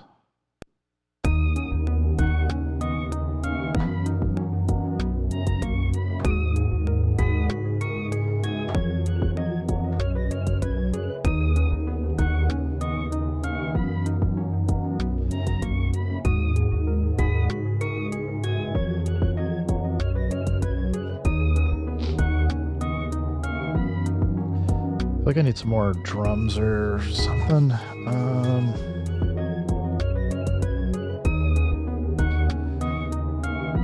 Let's go see what we can find in my insane sample collection.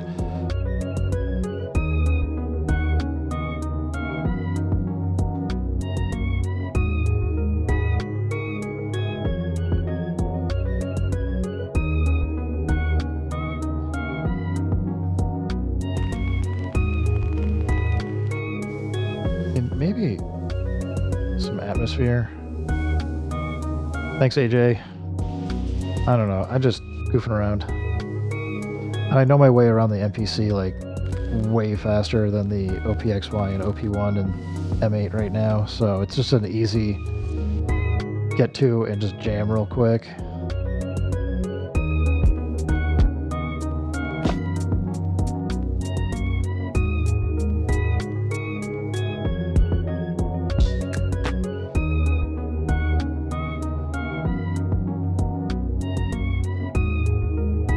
This is going to have anything interesting for me.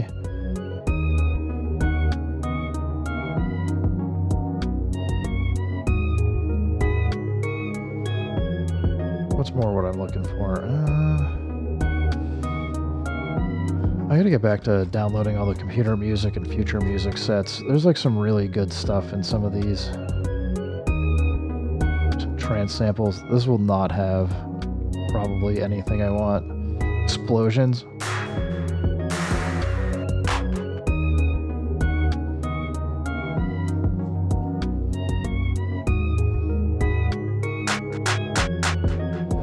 I don't think the explosive claps are gonna make it. Trance leads, nah.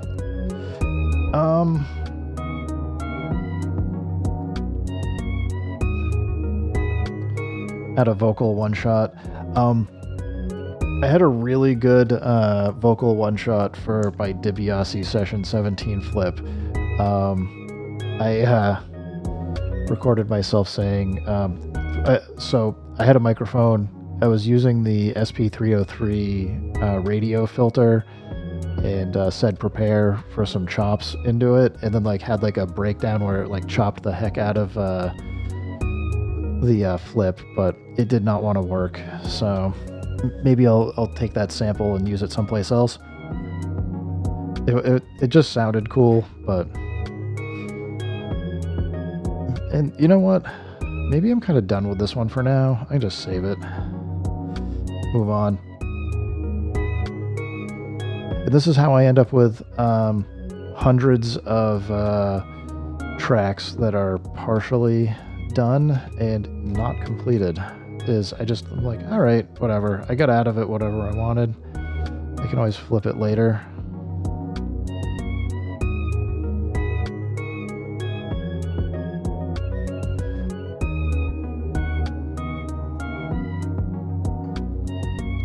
Because I don't know, it's easy enough to come back. Let's go new project. See what else we got in here. But I do feel like from the drum and bass stuff, it's worth slowing down a little here. Close. Let's see what other. I was digging yesterday the 80s nostalgia expansion pack. I have not really checked out much in this Marco Polo BAP 4. Yeah, I would say I have thousands of 4-bar loops, but that is not a humble brag. That is my dirty secret. Is I got thousands of started but unfinished tracks, and it's not good. Honestly, is why I got into doing like a daily track and forcing myself to just upload something, just to get myself better into the process and habits of finishing stuff real quick. I don't know, that's like kind of cool. I like that one.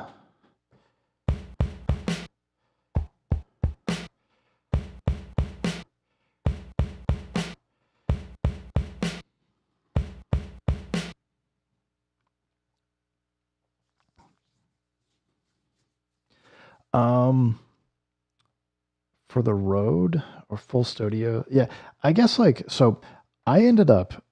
I mean, I started with the original MPC Live. I loved that thing to death and was like, I'm gonna keep this thing and use it for 10 years.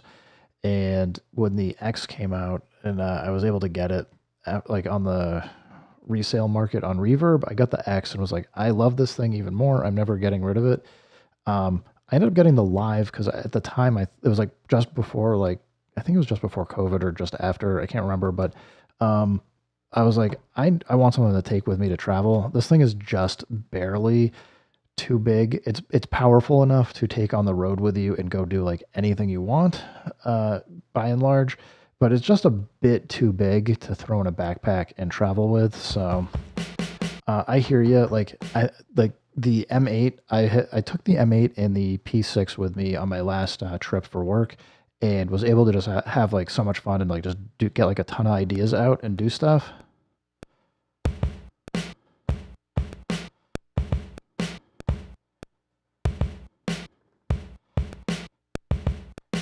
And I'm shifted off time again. I gotta pay more attention to the metronome.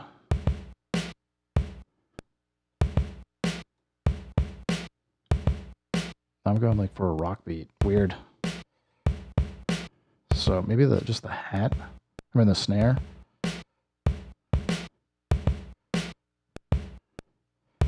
Just pull in maybe. There we go.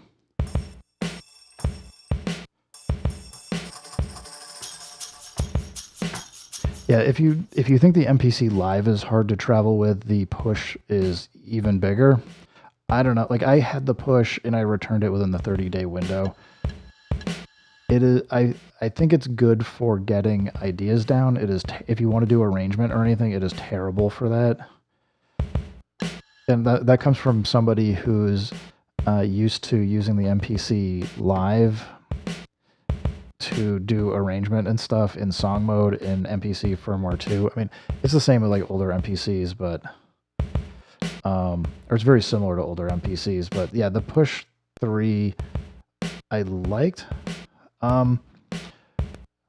Honestly, like there's a ton to like. So the Push 3 is like got MPE on the keyboard. It's very like I had the Force and I was like, oh, this is going to replace the Akai Force for me, and I sold the Force off to get the Push 3, and I started using it, and I was like, I hate how menu divey it is, and the button clicks are kind of weird. Like you've got like your kind of like the data knob, and you're pushing it left and right and up and down and in and all kind of stuff. So it felt like some of the stuff was overloaded for functions for how to use them. The display up top was both giving you too much and not, for me anyway, I felt like it was giving me too much and not enough information at the same time. So it's just like, it felt like very menu divey. I know people hate the touchscreen on the MPC, and it could certainly use a much better touchscreen interface. I hope when they if and when, assuming that they make a new MPC, I mean, I'm sure they will, but the touchscreen is just not, it doesn't have like a very good sensitivity. I think they're using the older style touch where, sure, it can do multiple fingers at the same time, but it doesn't do it very well, and it's not super accurate for being able to touch things.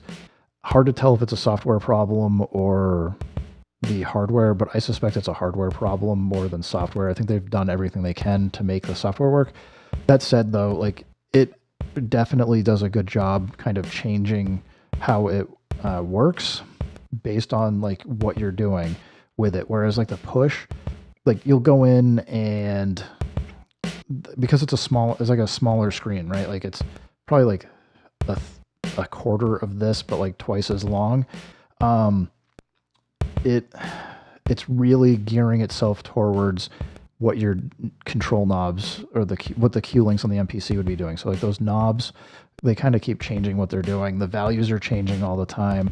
Whereas I feel like by and large, the I mean, it's a tough thing to say because you have to kind of know what the Q links here are doing based on what page you're on and cycling through them.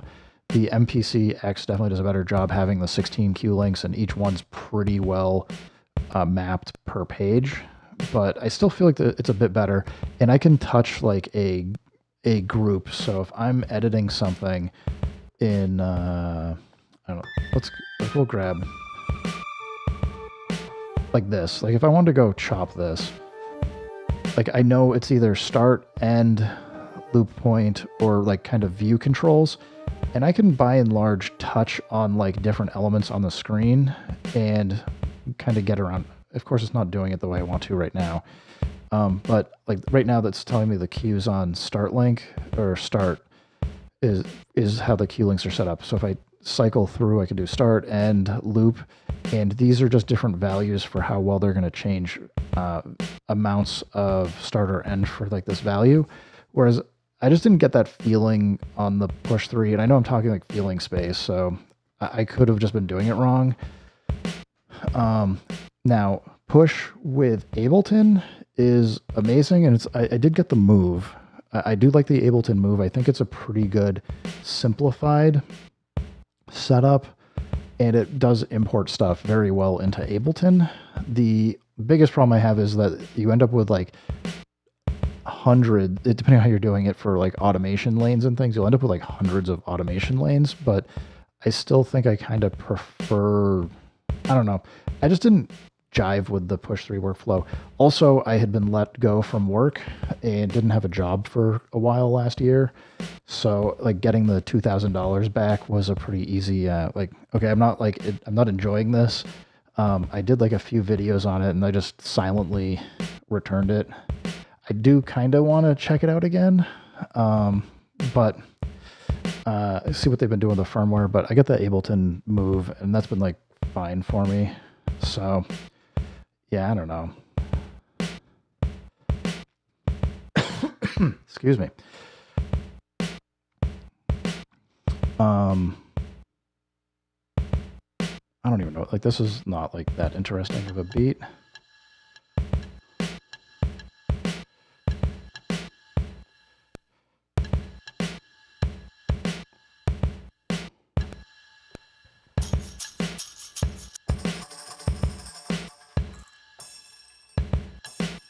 All very long. All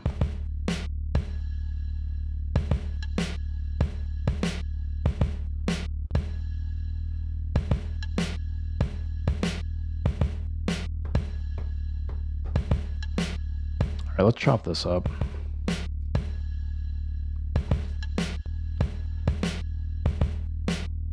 Eight, maybe.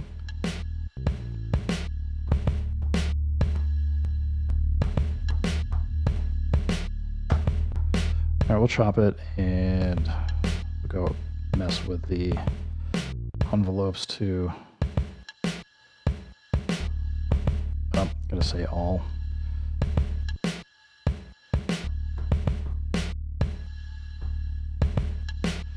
And then switch it. Whoops, I'm doing this the wrong, goofiest way possible. Let's go note on.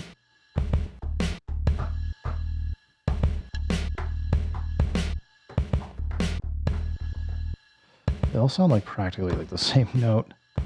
What did I do wrong? Oh, I just toasted it, whatever I did.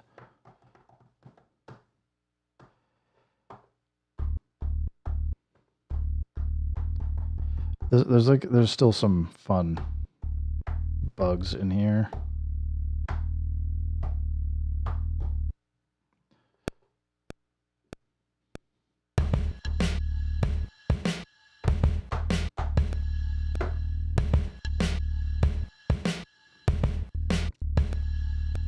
The Push 3 does have some amazing plugins, and it is, I would say it is super cool that you can take your Ableton Live packs and push them into it. It looked, I was going to try and take it apart and increase the drive, because I don't know, I got like about I have I'll just say I have a crazy large sample library that I was thinking of pushing in there. But on the other hand, 256 gigs of drive space is honestly already kind of crazy and should be plenty for most people.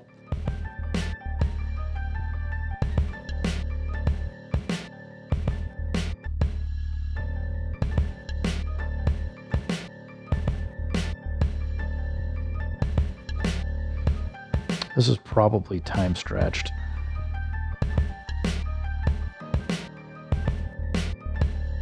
So maybe not. I'm okay with it if it goes out of time. Let's do region chop again. Let's go 16.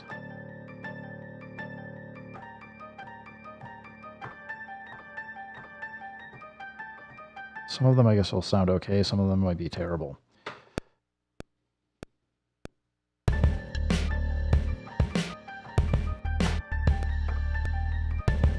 It's not, I don't think it's going to work the way I want. Erase. Whatever it was I hid in there. Because we're running at a different speed. I could pitch it down. I could...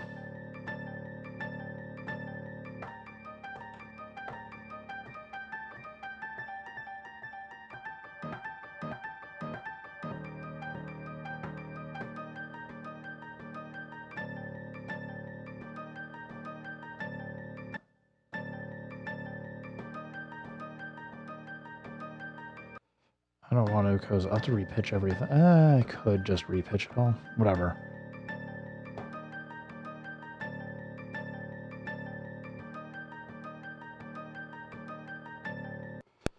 I'll just try it.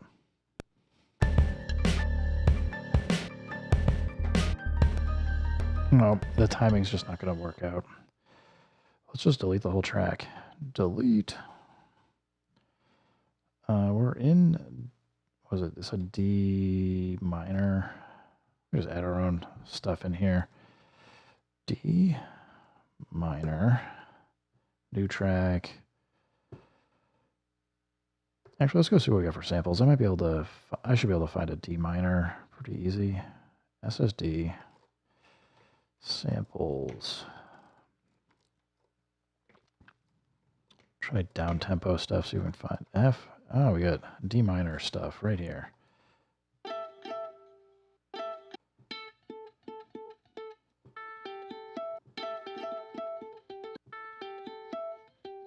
That could be fun. Let's just load that and see if we get threshold chops.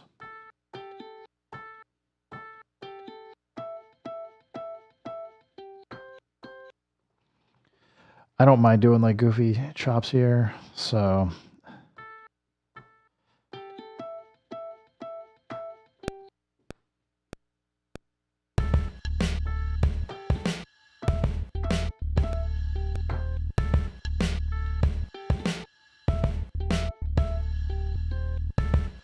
I want to do a little something different here.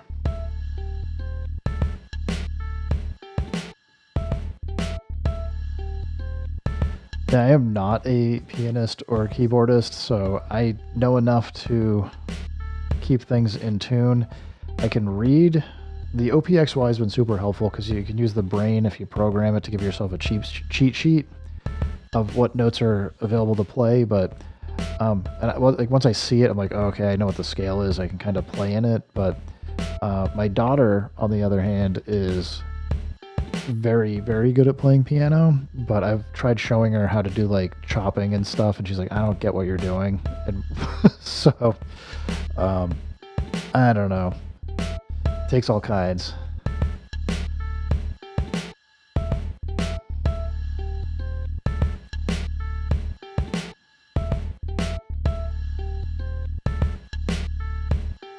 Kind of want a delay on this.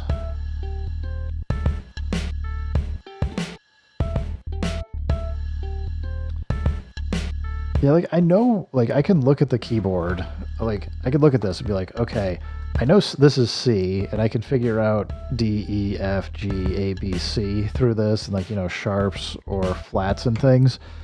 But yeah, I think the guitar style sort of, I don't know. I like if like that's where the force, right? Like you had the force, you could play it chromatic or not chromatically. You could put it in scale mode, like for the force or for the push 3, and then you could make like the groups of notes. I was like, I totally get this. I could play that.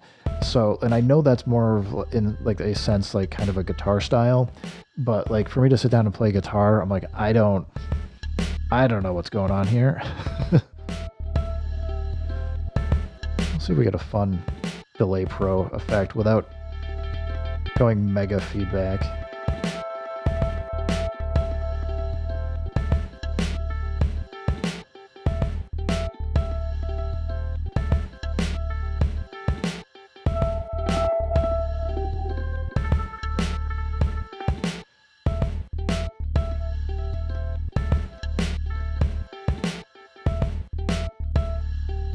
Fractals can be fun, but it can get super crazy.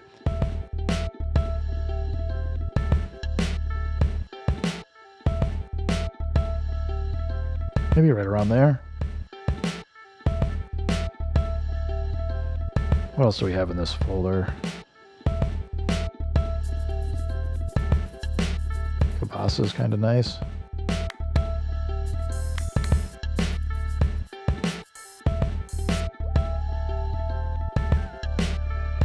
Let's mess with that lead.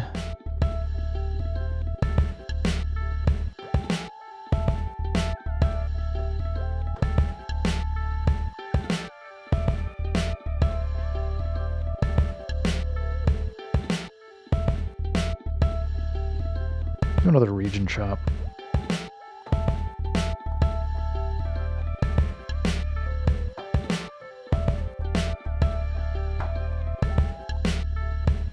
Convert it.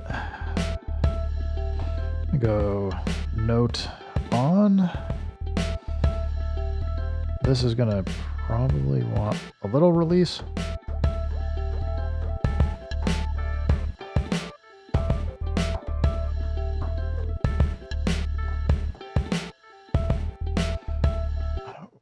I don't know why it's doing this. Like, I can see the pads are lit up, and it's not taking them to do anything. Okay, Akai, what the heck is this? I've done it 2 times, and I don't know how to reproduce it.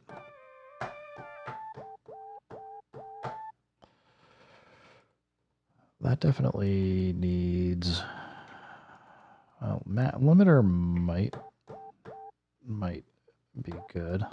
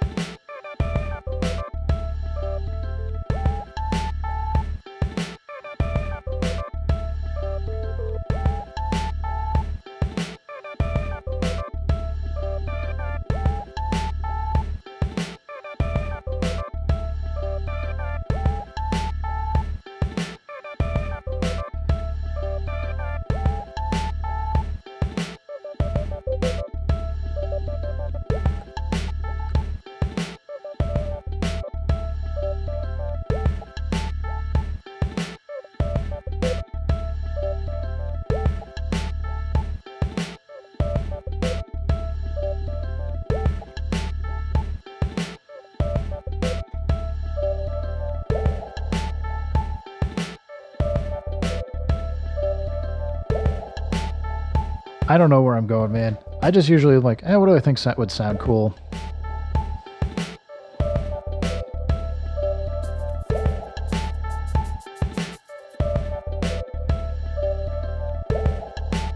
Yeah, filter gate's like an easy one to grab and have some fun with.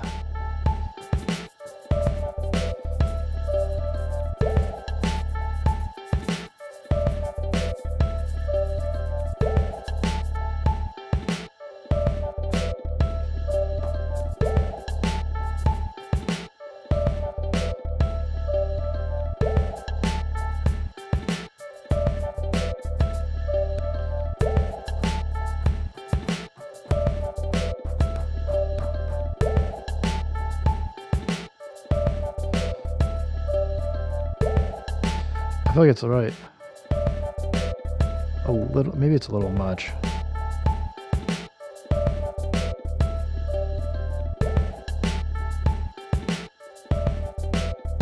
Still didn't even do anything with the plugin yet. Maybe we got enough going. What do we think we need here?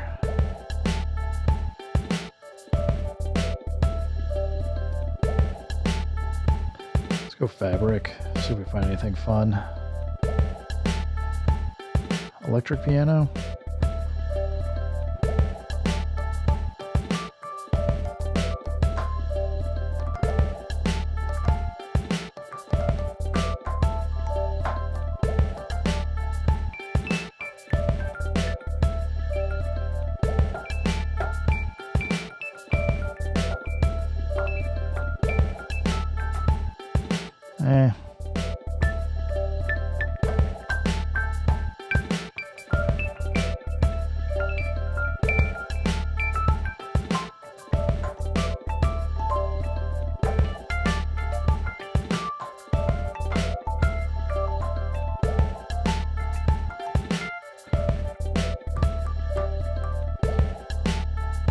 I don't know. Not working for me.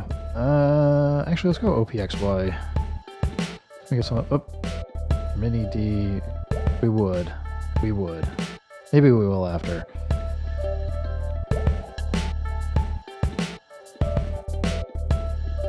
And we're not going to go promotion. That'll be too crazy. We'll go icicle.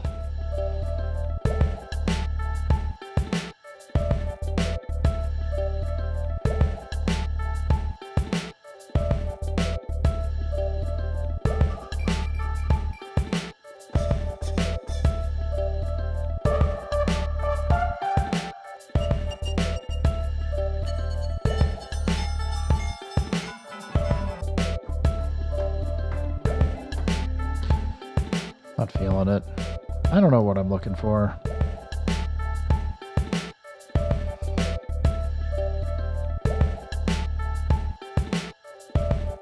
Try Subfactory again.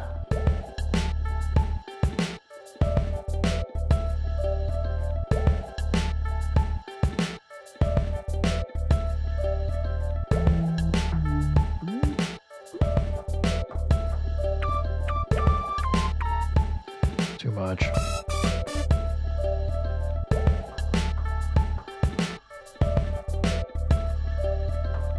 It should be set to D minor. Yeah, it is. We got D minor here. And I didn't pitch anything, so. I think it's kind of like these, some of these have like bendy notes and stuff.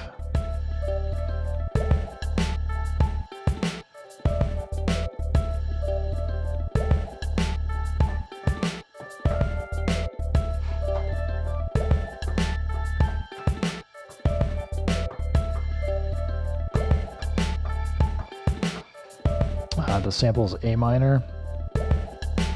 Well, maybe the way I played it, which one's A minor? Let's go back. So we got D minor. Says D minor. No, of course.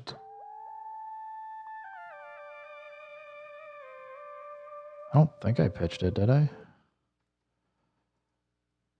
The bass, maybe?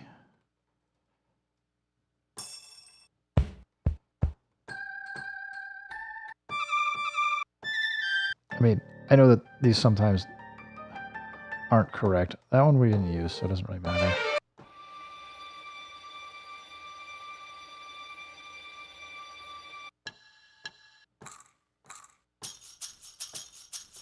Well, let's try A minor. You might be right.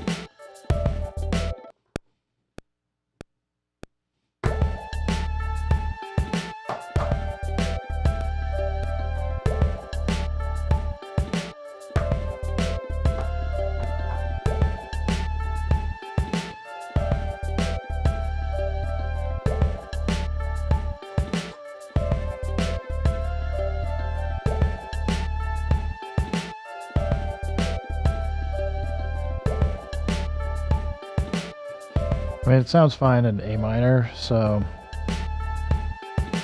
I guess you were paying more attention than I was. I wasn't paying much.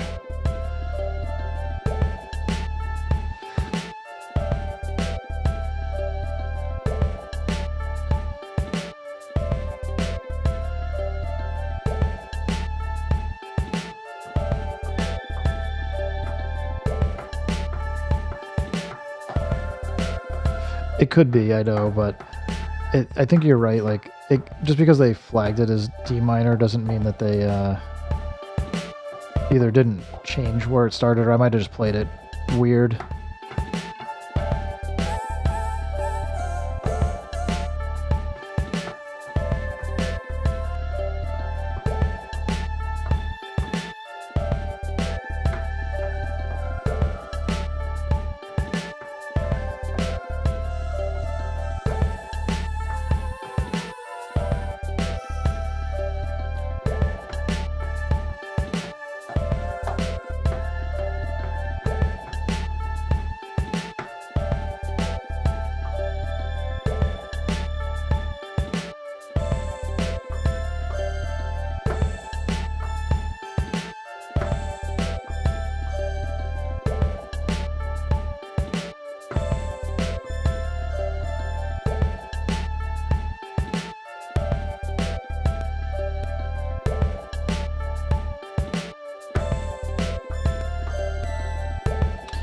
That last one probably should just be lower.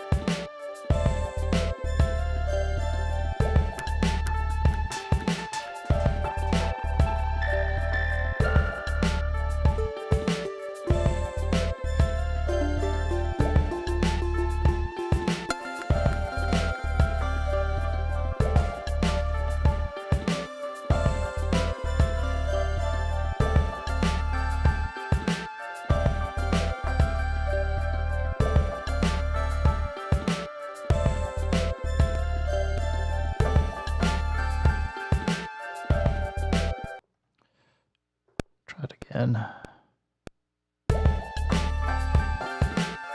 Nope.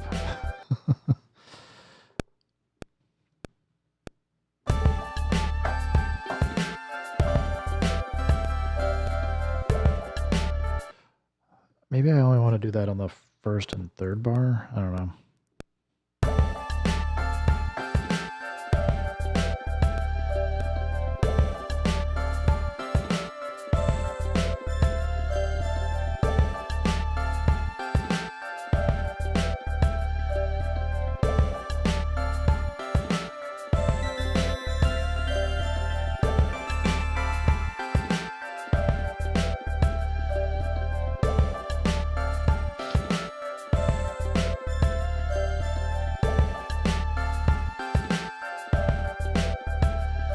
Maybe one more.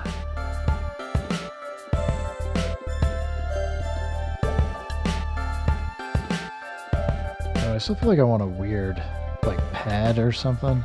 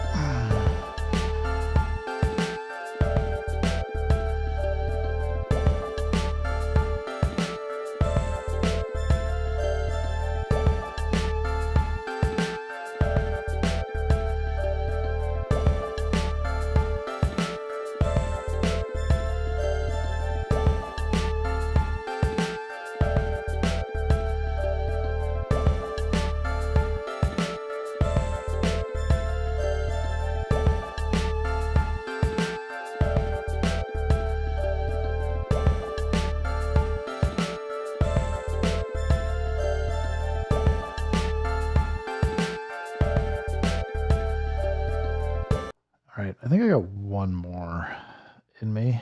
Then I gotta start getting the dogs out. All kinds of... actually gotta do a recycling center run too. So, I don't know if I'll hop on later, but we'll do one more. Oh, we didn't crash. That's good. Getting a few of those lately. Let's see what else we got here.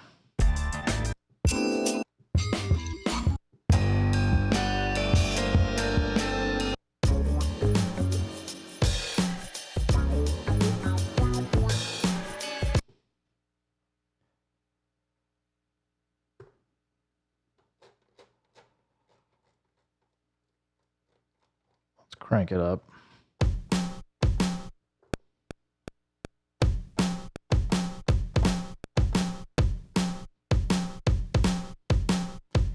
A little off.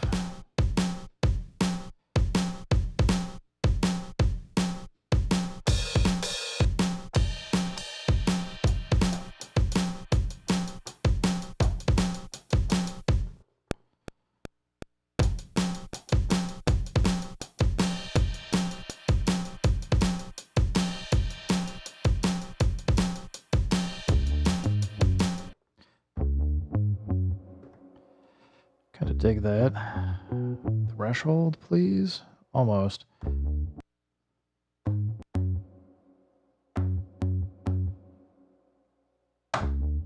Almost got it. Scooch it in a tiny bit. Shift, convert. All right, what was that? G minor? F sharp minor. Let's switch it over. F sharp minor.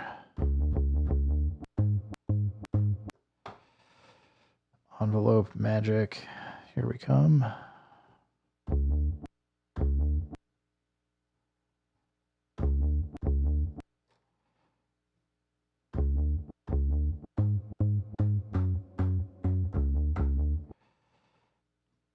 Let's double this up already.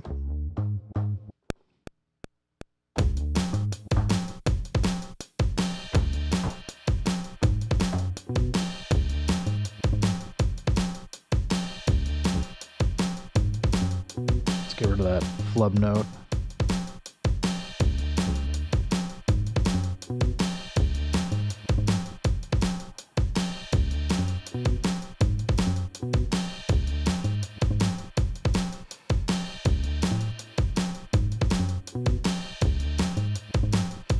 And nudge this stuff around a little. I want to leave this last one as being like a little weird.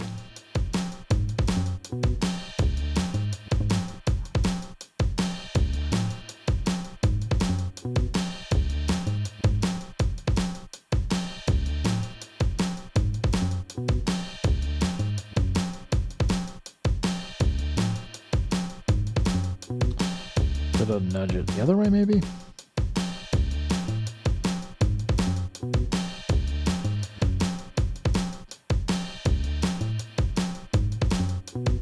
I know like it sounds wrong, but I want to see if I can get it to get something in here to work.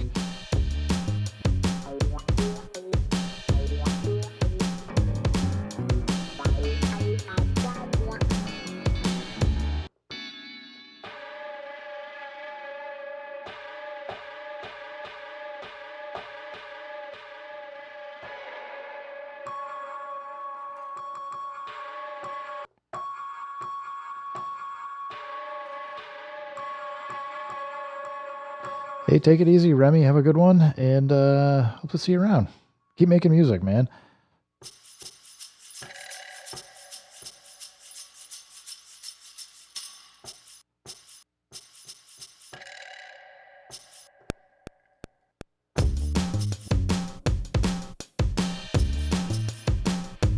Kind of want like some echo.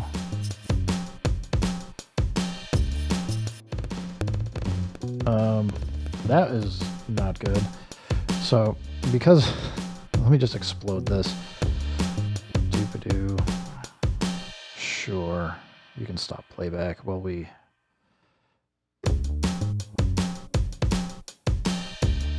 Snare, ride.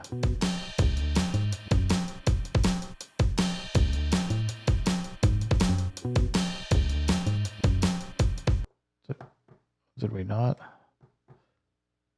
Oh, FedEx is stopping by.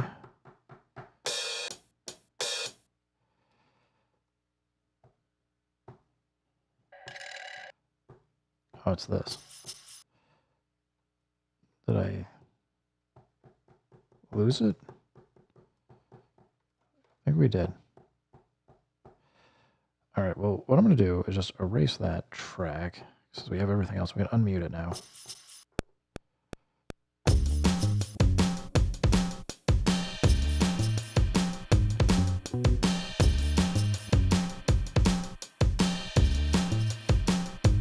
Nah, that's terrible.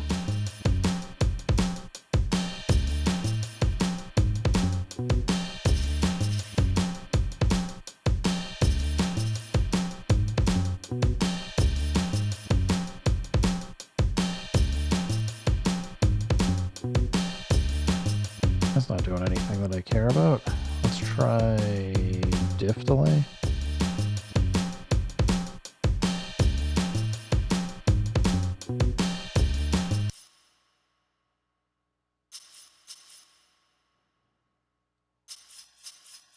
There we go. That might be cooler. I don't think it's sitting in the mix high enough, though.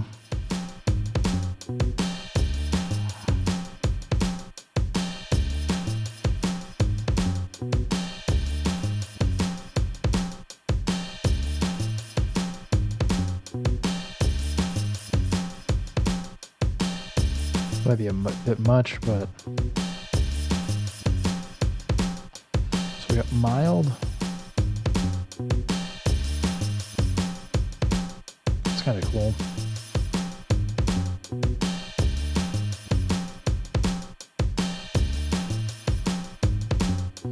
All right, what the heck else was we doing here?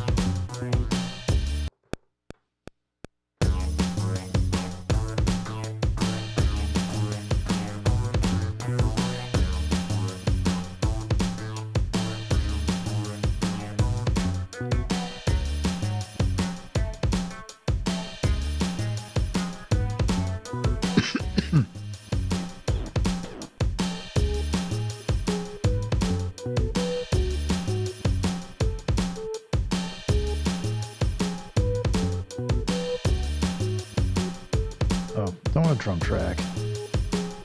We go for another plug-in track.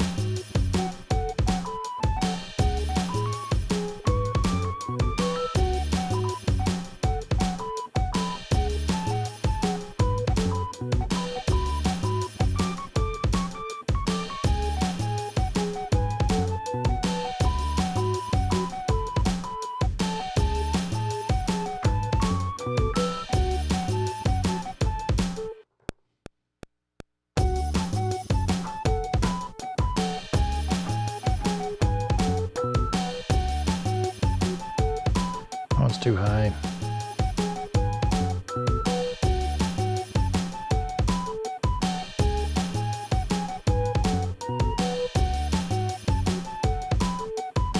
That was not the right spot.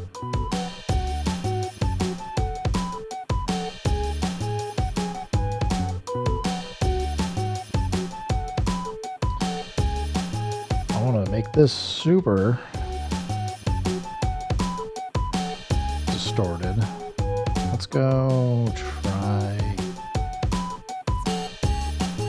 resample.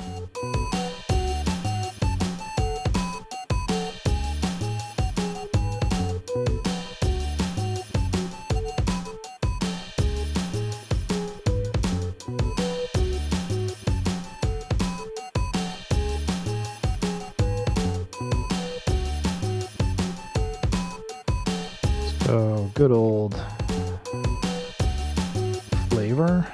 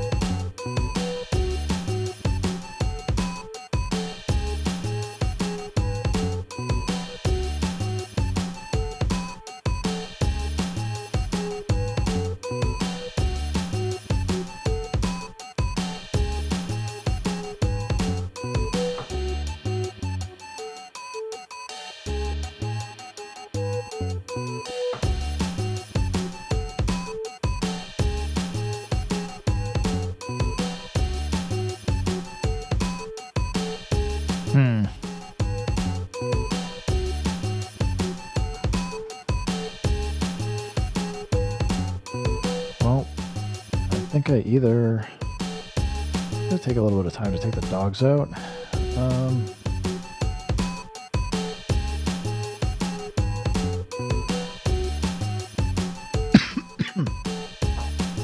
Probably time to grab some more water too.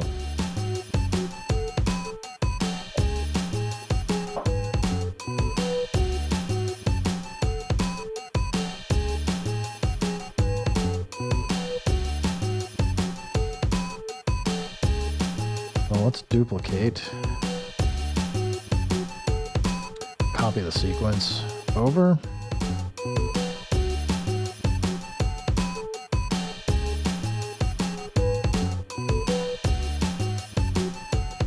Double, double, timing correct, division quarter note, mute.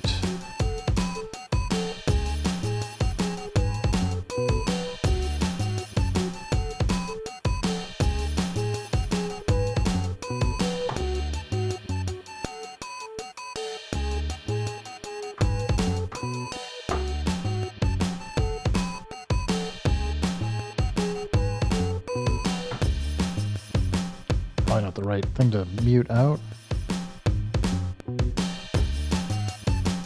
Timing was off. Undo that. I wasn't recording any of those mutes. That's annoying. I'm gonna have to go back into the settings. Okay. Track mute per sequence, track mute events write automation.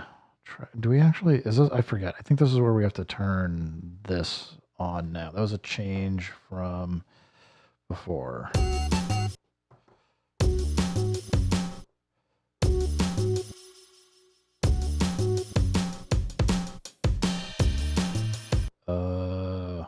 Why is that got track mute automation on it? Okay, let's go in and check automation. Fun. So it recorded there for some reason. Zip that out.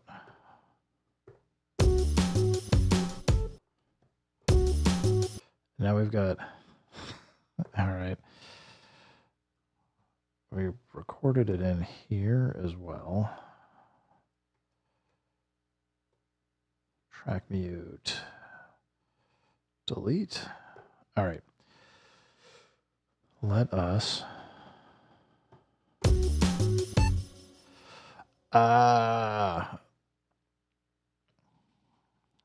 Sorry. This is where I still. We can go erase automation because we didn't do any but we got to do it. All right. Oh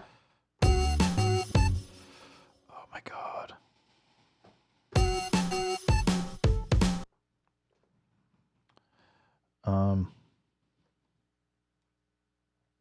Erase. Automation. I'll do it. Erase. Automation. I'll do it.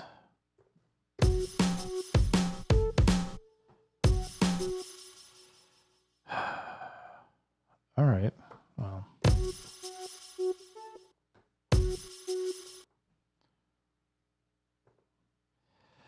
This is why I made a copy, so that if I accidentally started recording automation in, I can at least kill it and start over.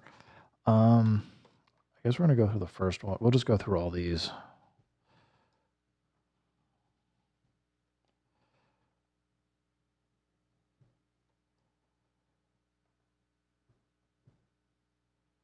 Hopefully I'm not making it worse on myself, but we'll just do it.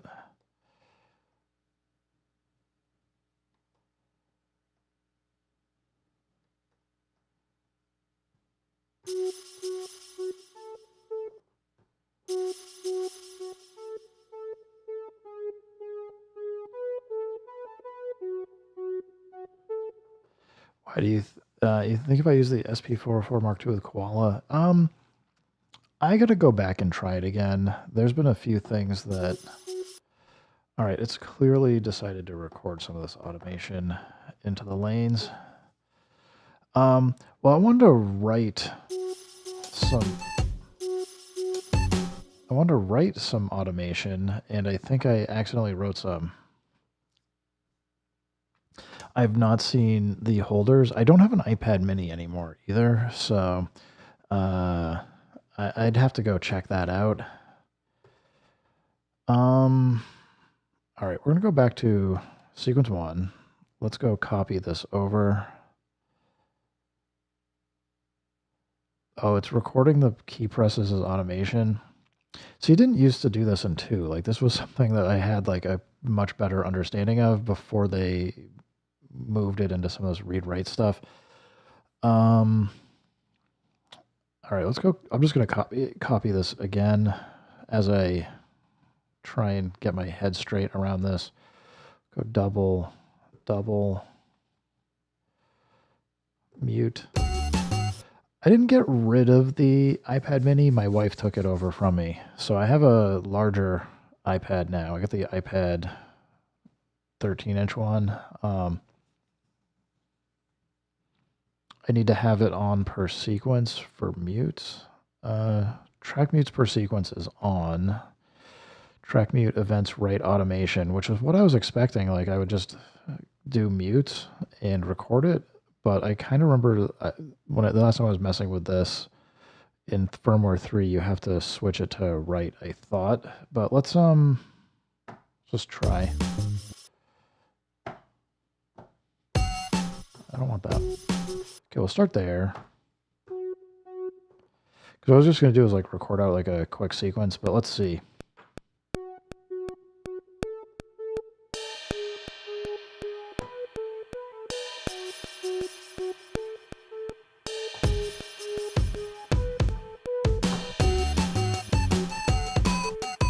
That needs to be tamed. It is like super loud.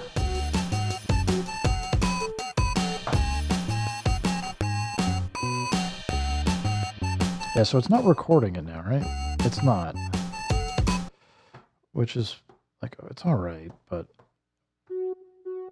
if I want to record it, so I think if I'm remembering correctly, I gotta switch it to write.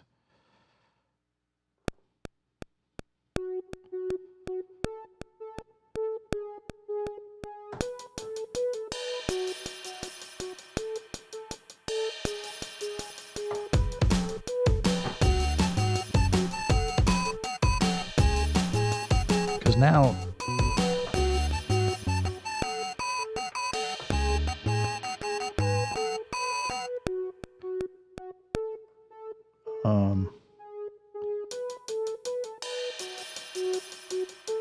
so that recorded it, right? Then I can switch back to read mode.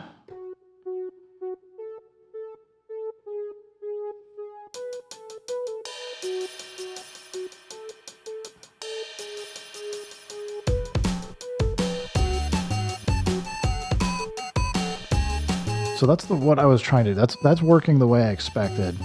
Where you, because my understanding, I mean, I think it was probably recording it as in the, I mean, it was recording it in the automation lanes before, but you could just record without having, you could be in read mode and it would still, in firmware 2, record doing track mutes to your track mute automation lane. Whereas I think you have to be in write mode now to get the, it's at least from what I just did, like you have to be in write mode to get this to work right.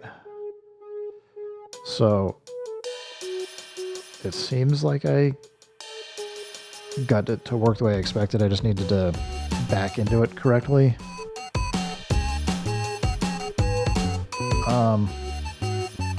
This flute is a little out of control.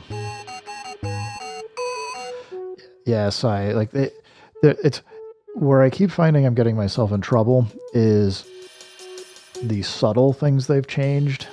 Like, to me, I'm like, okay, it totally makes sense because it is an automation lane that you have to switch this over to between read and write. Like, it's like, okay, cool, but that's just not the way it worked in firmware 2. So there's been like stuff that I'm like, I just got to get used to how this works. And like writing out song mode seems like you can tell it to maintain these mutes, but in firmware 2, you could just tell it to, if it was mute, there was a track mute to not carry the notes over, and it made it much easier to go edit stuff. Whereas I haven't quite figured out some of the workflow things that I had together for the MPC in firmware 2. I'm fine. Like these changes, I think by and large will be good for new users coming in, and I can absolutely understand why any long-term users are pulling their hair out and they're like, it doesn't work right. Even though a lot of the stuff's there, you just need to know what these subtle differences are. I mean, I'm probably caught in this. Like, I downloaded 3 and I was like, this should all work the way I expect it to. And I haven't really read any of the documentation. I've read the release notes and stuff, but I haven't like kept up watching other streamers do stuff to see what they're doing. Be like, oh, okay, this makes sense. I've just been hammering my head trying to figure some of these things out. So,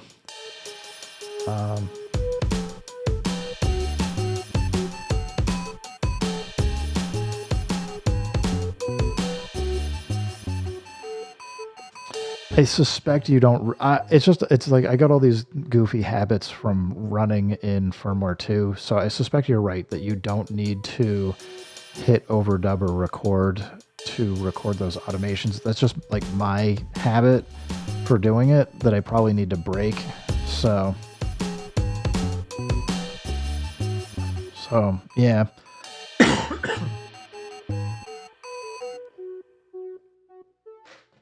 I'll get there.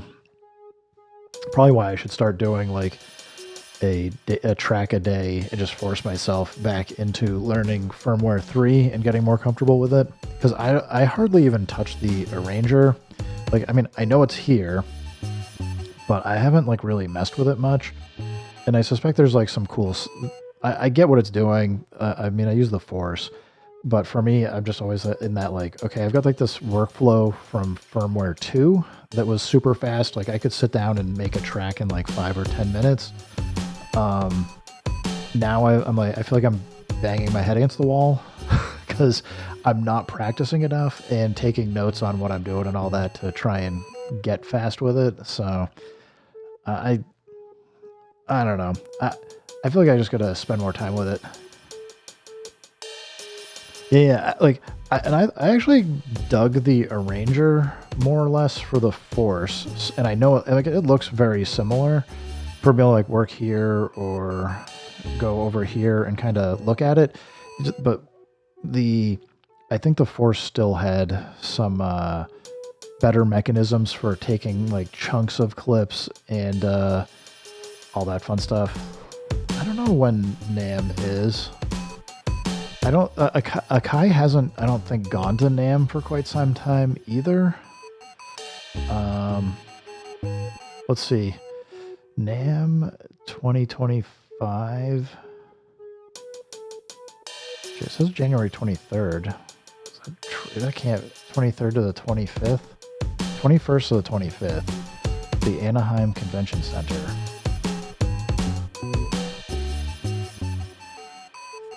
Yeah, I usually what I do is like I'll get to like this point and then I will export out. I'll export out stuff like stems and then go work on them in Ableton. But I should force myself to get in a better habit here to kind of work on this stuff. Yeah, we'll see if Akai has an announcement. I don't think I would get another portable battery-powered system. If they came up with another flagship like the X, I might actually pick it up. I don't know where that will leave the MPC Live 2 here, although it could be just easy to just disconnect it and then have it be more portable, especially if it'll still function just fine and transfer projects between systems, but we'll see if they do anything new or not first. So yeah, I actually have no problem working in song mode from firmware 2. That's usually how I've done things in getting things done. So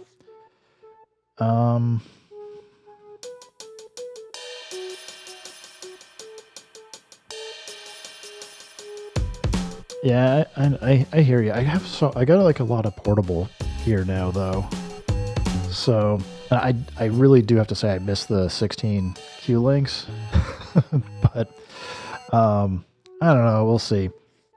It's possible if it's just more RAM and more CPU. I don't know that I would bite on it. Things that would interest me might be a 8x8 pad grid with submerged force functionality into a new system. I don't know how they would do that on something this size, but I could see them doing that on a MPC X style. But I don't know. We gotta wait and see. I'm losing my voice. Man.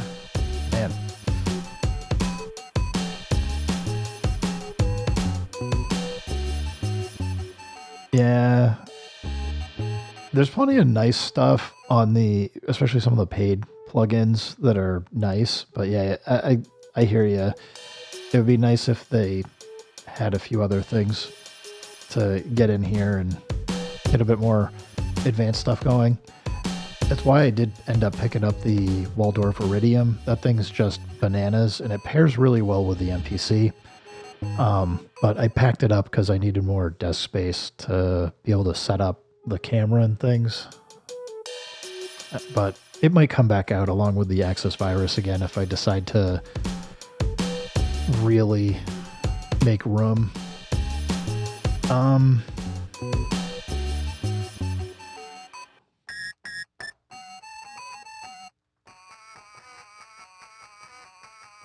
Trying to think if I want like another section here.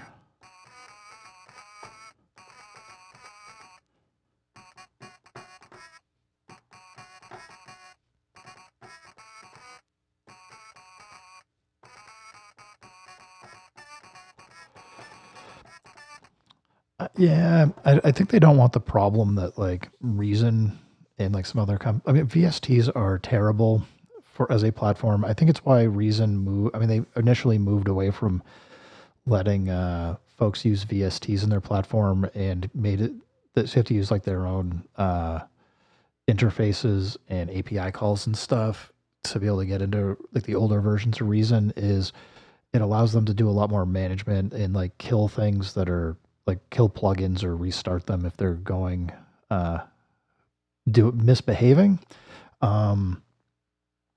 The that whole landscape is a big mess. So I don't know. We'll see. I think it would be pretty cool if they would even just open up so that you could run like some of the what's the organelle run, C sound and stuff. Just like even like just something where you could go program in things or somehow connect to it. I'm sure people have hacked in like a few weird things onto the MPC, but yeah, I don't know.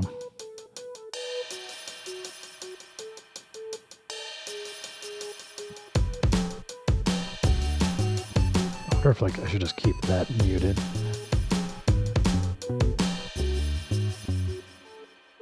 It was fun to play at the time, but I don't know that it's adding anything.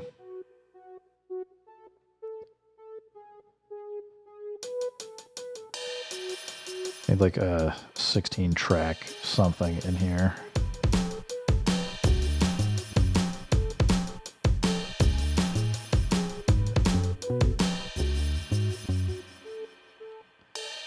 Like a hype lead or something. Hard.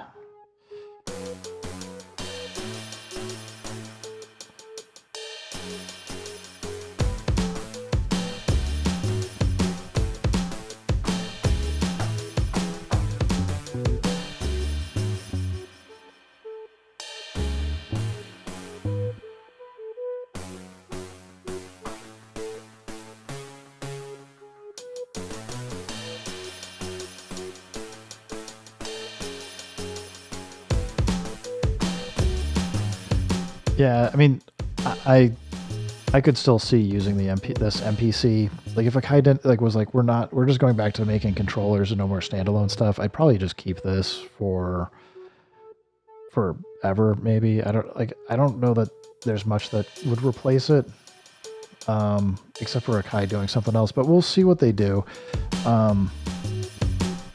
There's still plenty of stuff I got to learn about it. Especially firmware 3 because they changed enough.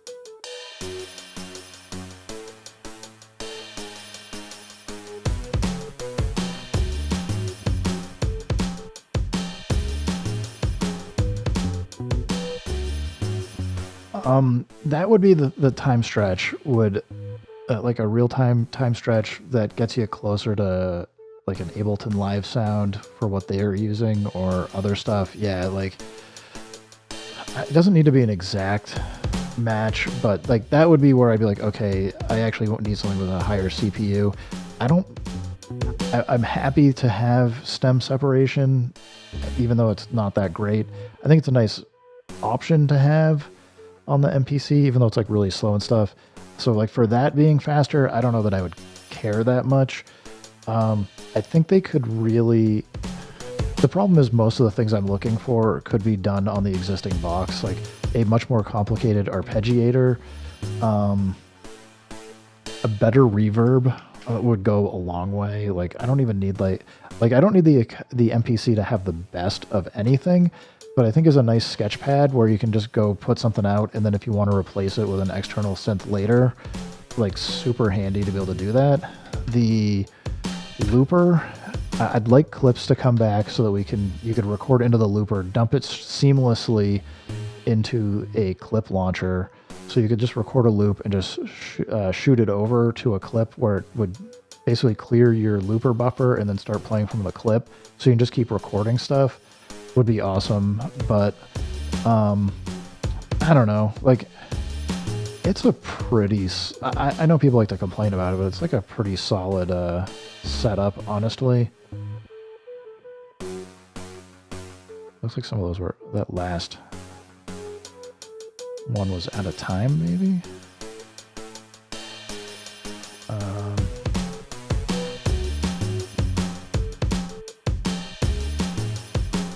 Maybe not. Yeah, you can hear it, like that first note should be on the 1 for both of these, so we'll nudge them over.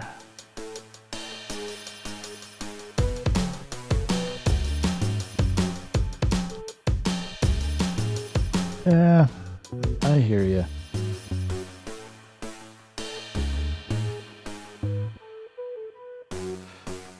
Yeah, the MPC Live is possibly heavier than a laptop, so I hear you. I mean, that's why I picked up I've got the OP-1. The OP-1 definitely forces me to make stuff that sounds different than what I would normally make. I'd say the OP-XY, except for not being able to chop, I feel like I kind of make similar sounding things on the OP-XY as I do on the Live. The M8's where I would say that like pushes me to do stuff that I normally wouldn't do, especially getting into like generative or like just random stuff.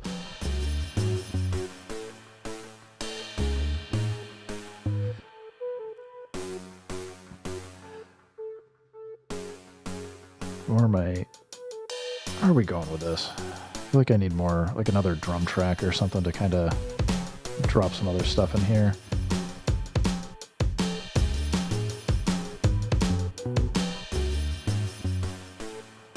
Let's see. We could just go for, if there's anything in here that's like, probably gonna be all harder than.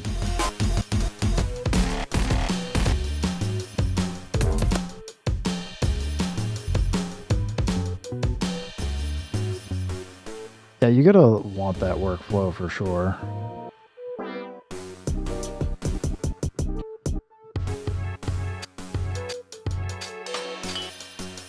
There's a few sounds there. We'll load to a new track.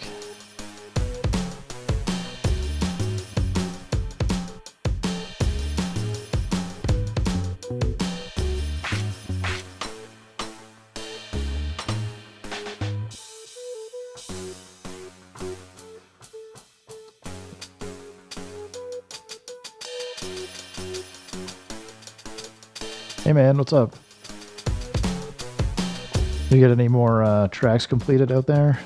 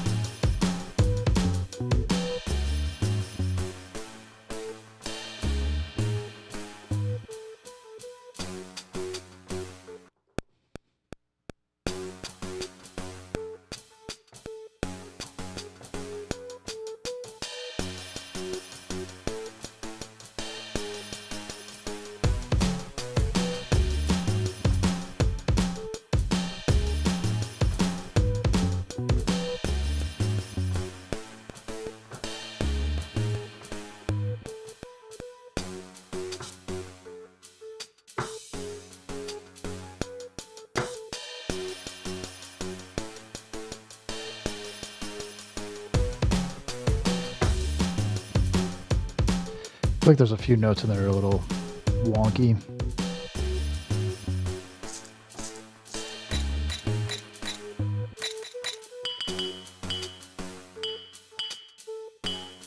Hey AJ, you're back? Sorry man, didn't mean to call you out asking if you finished any tracks. Have you started any tracks?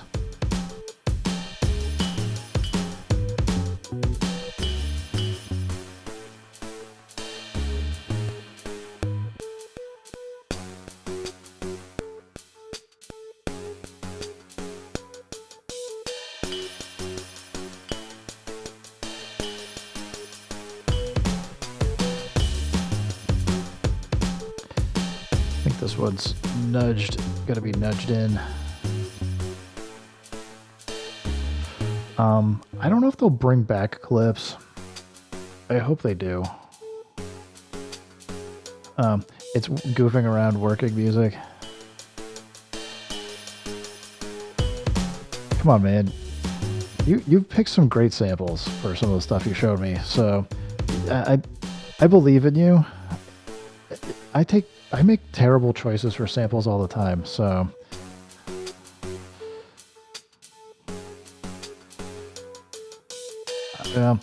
I have mostly only been posting beat battle kind of stuff myself, so I gotta get some stuff out of the cooker as well. So, but yeah, Ish, man, send some stuff over.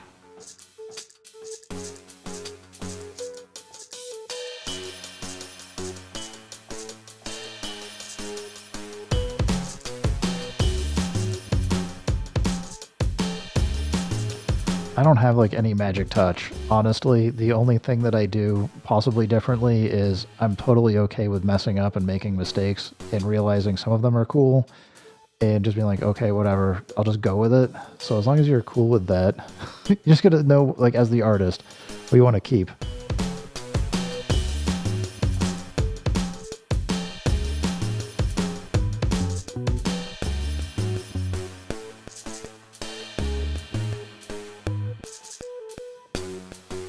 Like, I mean, you see, like, I just grabbed like some random kit. I was like, whatever, just add in some more notes just to keep this so it sounds interesting, but I don't know what the heck I'm doing. If you missed the part where I made a ton of terrible decisions and made a bunch of mistakes and had to kind of restart doing this group of sounds again, so... Like this bottle bell thing is like way too loud. Let's go fix it.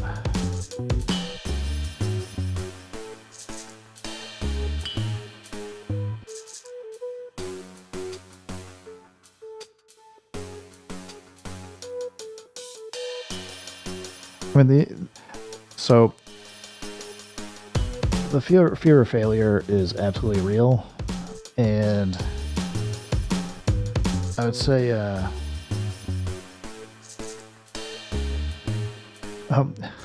well, hey, one of my best friends since 5th grade has just sent me a message. He wants a picture of my setup. Let's see.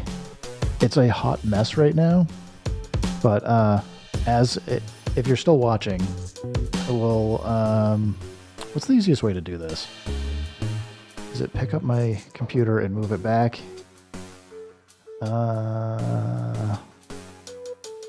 Actually, this is what we're gonna do. We're gonna go. I'm gonna unplug it. It's probably gonna come back. All right. Just gonna be careful and disconnect. Oh, we're upside down. So if that doesn't disturb you, I'll get you a better picture, man. Don't worry. But I have too many filters apparently going and forgot it was going to flip upside down. But yeah, for sure, man. I will get you a picture. If you want to know what any of the gear is, absolutely let me know. But yeah, Ish, you might have heard me say this before. So when I was into doing, I still into doing artwork. I just need to get around to it. But used to be very particular about drawing, pen and pencil with maybe pen, pencil, paper. You get a lot of fine control drawing. I ended up taking some, and like for music, I was always very okay, methodical. Like this needs to be perfect, that needs to be perfect. Getting into like the micro edits and doing things, and I ended up taking a watercolor painting class. And if any of you guys have ever done watercolor painting, the one thing you will learn is you have less control, if not much of any control, with the water. It's just going to do whatever it's going to do.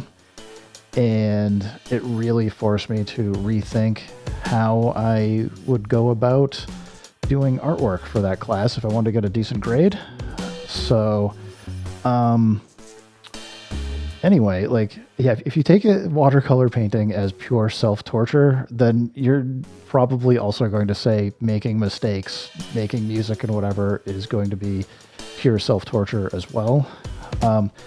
For me, I've just been like, whatever, like, I am okay having less control over things and kind of letting the mistakes come through and whatever else happens to go. So, yeah.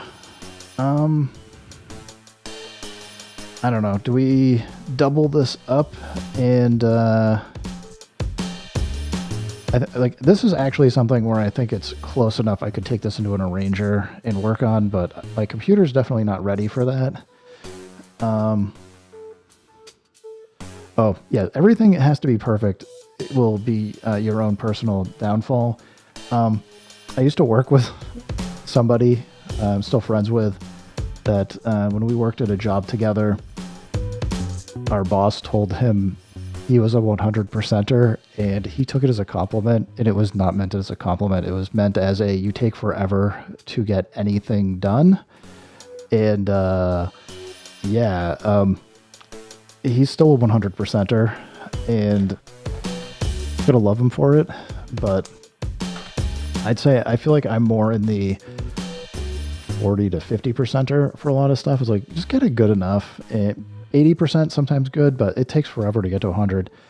I should save this before I blow up before it crashes or blows up on me. So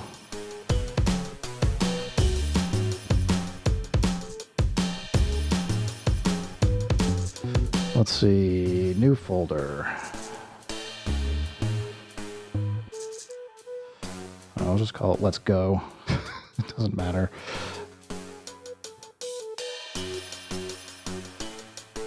I don't know, you guys up for doing one more thing here? I feel like I'm kind of at the mental capacity point for this. My dogs aren't freaking out at me quite. Oh no, did we just crash? Darn you, Akai. This is why, well, let's load it up and see what we've got.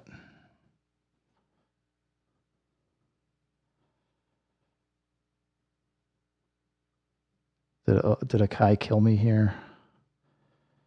It's still loading. It's a good sign.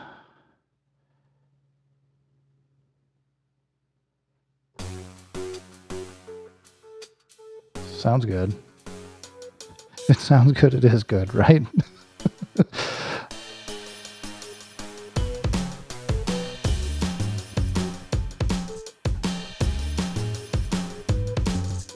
All right, I guess we're in decent shape. All right, I won't cry about the crash here then. We'll go new.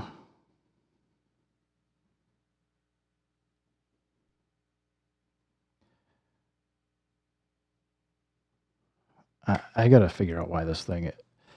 I got either a plug-in or expansion pack or something that's making it wonky. It just crashed again.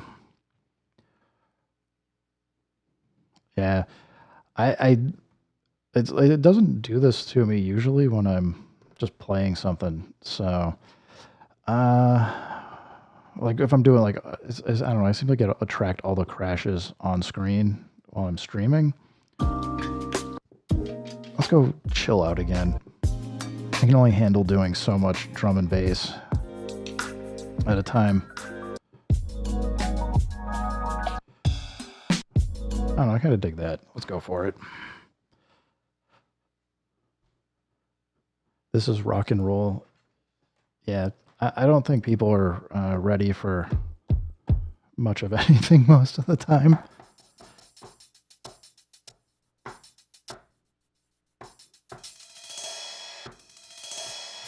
We're going to need to do some sample editing here. I don't know, let's try a rock beat. No, I'm so messing that up. Okay. I don't know what I was thinking. Nope. I will find the groove here.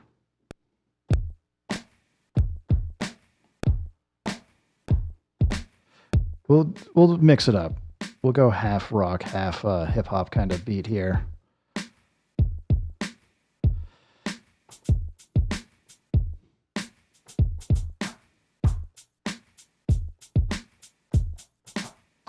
All right, I'm gonna just play this straight. We'll add some swing on it after. Actually, you know what? Heck with that. We're gonna go. I'm gonna cheat and go note repeat. Let's go first timing correct. Let's go really heavy with some swing.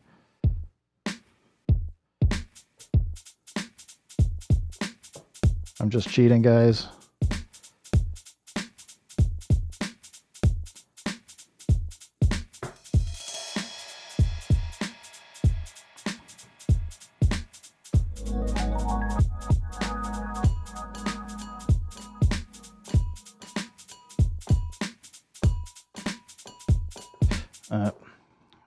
I want to play that at a different time. What in the world did I just do? Did I erase everything? Didn't erase all. I want to just erase that. There we go.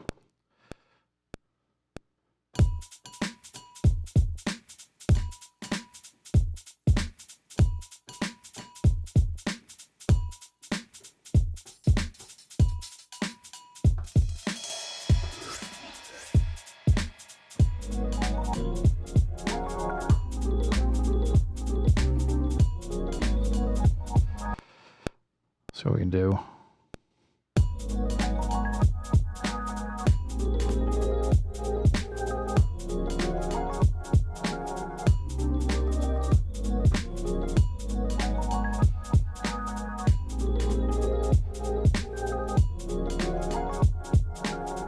Yeah, I love Complex. I love playing on the pads. You can get like... I don't mind playing on the OP-1 and OP-XY keys, but the MPC pads are so much better.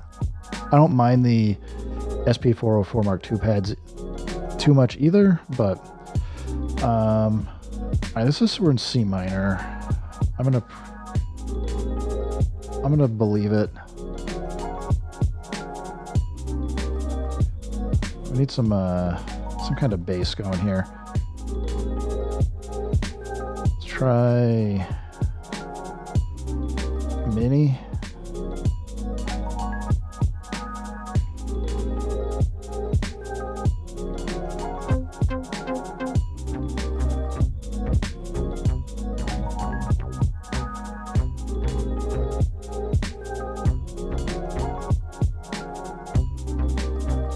All right, this is just not loud enough to cut through, so let's...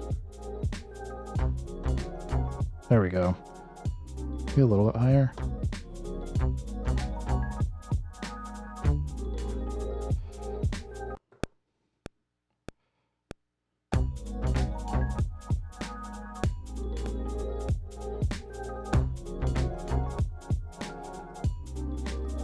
Get a couple double taps. See if I can squeeze those out. Maybe not. Come on. I'm not sure it's gonna zoom in.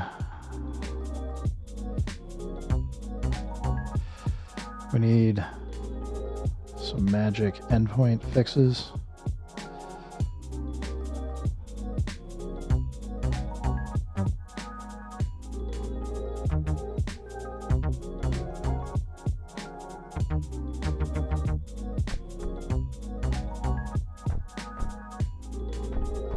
Too low.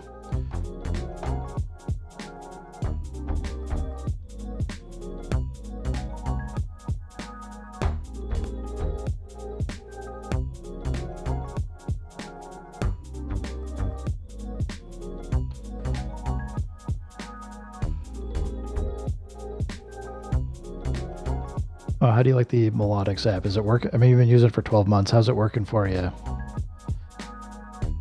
I don't mind like trying to figure out some of the finger drumming patterns myself, but I have seen that. It looks like it might be decent for kind of forcing yourself, but I kind of usually do like 1 or 2 pads at a time. I'm not like in the like I have to be able to perform an entire set on like 16 or whatever pads, so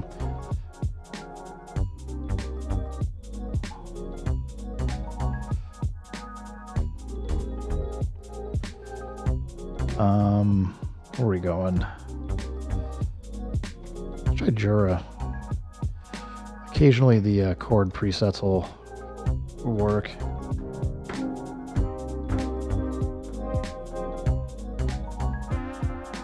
Sometimes they're too much.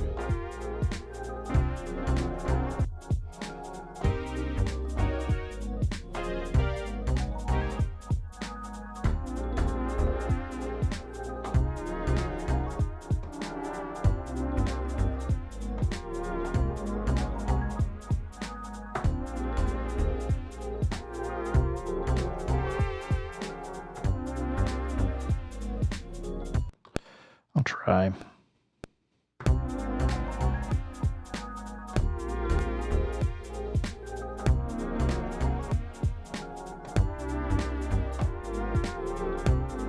That last one's no good.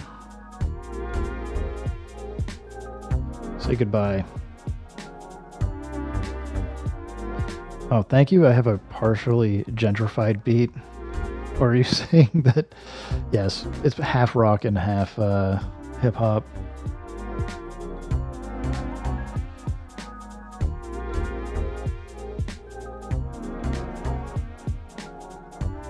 Well, maybe I'll have to check it out. Although what I really should do is start taking piano lessons and learning how to play piano.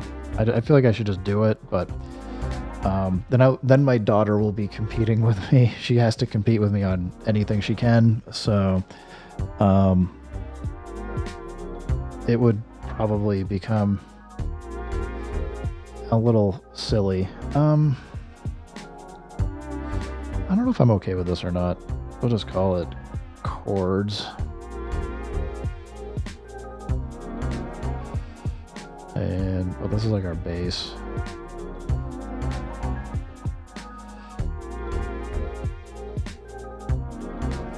Close. We're C minor, right? Let's see if there's any fun samples to go get out of my crazy.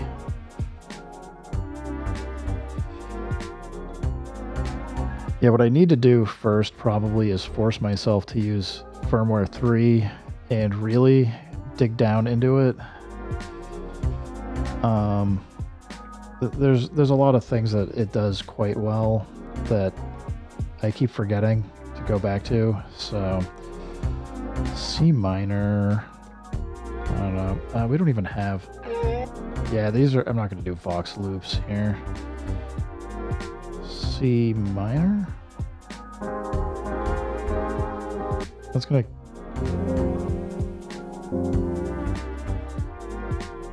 I'll load that to pool. Let's go trim.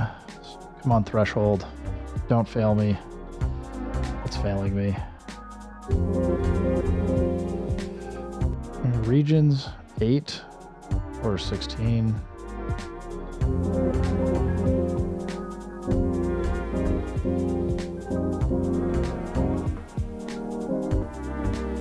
Nah, 16 is gonna be it. Convert. Let's get envelopes. We gotta edit all. Can't forget that.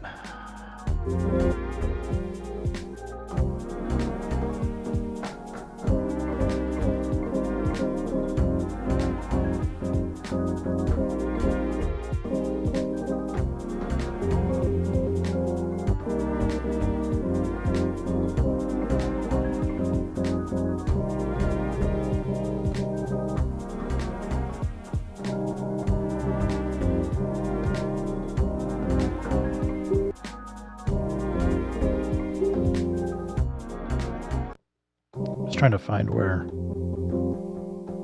there's interesting sounds.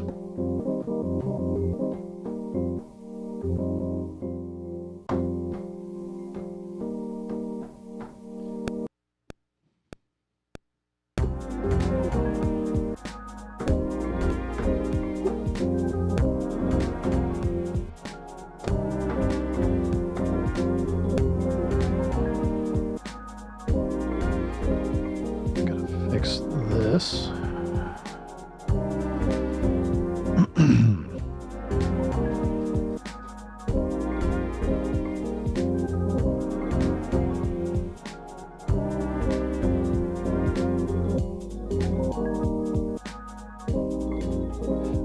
Okay, so what I need to do here, because I want to mute out some of that other stuff, is I'm just going to explode this track.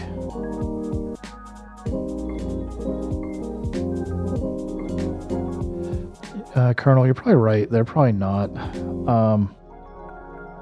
There's also, I think, like these pads. I mean, it said it was in C minor, but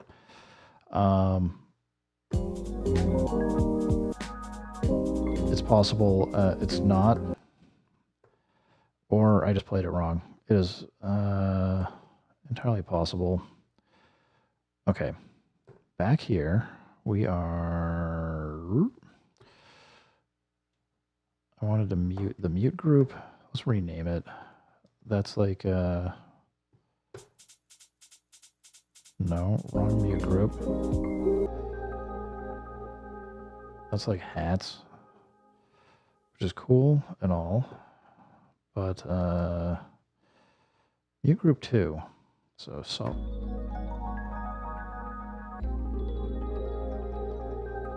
oh, it's almost like a pads or something.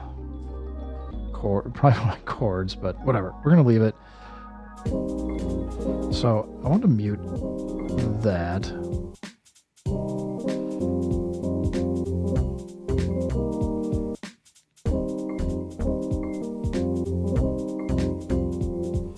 Because if we go back to the pads here,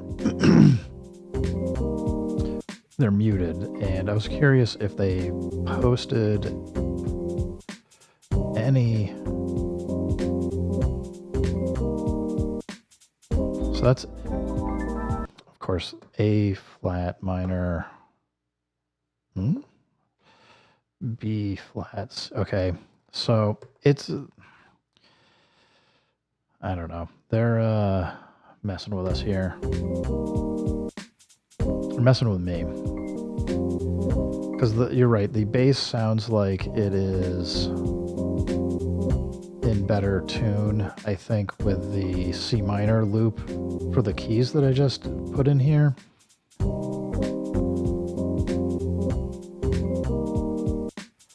Yeah, so the pads, this says it's C minor at 85, and the pads are playing chords, which is fine, but the first chord for the pads might be A flat minor. Actually, this is alphabetical. I shouldn't be going this way. Let's go back over track edit. We just look at the sample names. So, no, first one's is A flat minor. Second one is E flat minor. Then we have B flat. And the last one is C minor. So, I mean, it's fine, but it probably means you want to start, if you're going to play, you want to start here and then kind of move around. And I started over here. So we were starting in A flat minor. So is it lying or not? Probably not, but it's not the chord progression that you would probably end up with if you were actually trying to play through in C minor. It can make this stuff sound a little weird. Anyway, we can leave it muted.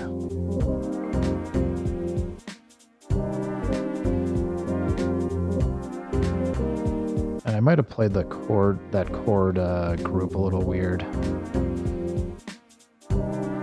Like, where do we start? Oh, we started on C. Whatever. Yeah, it's a artistic decision to not be in tune. which can be a true statement, but that is not what I was going for.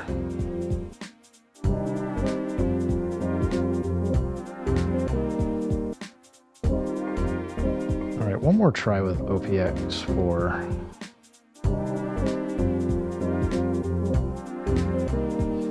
Let's actually go Pro Motion, see if there's anything fun in here.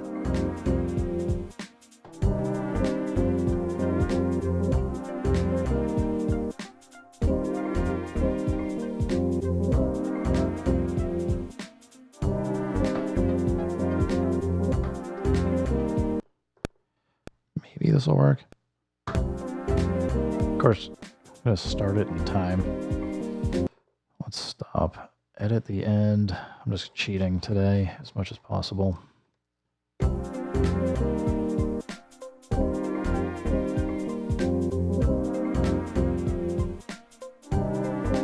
One note doing all the heavy lifting here for me.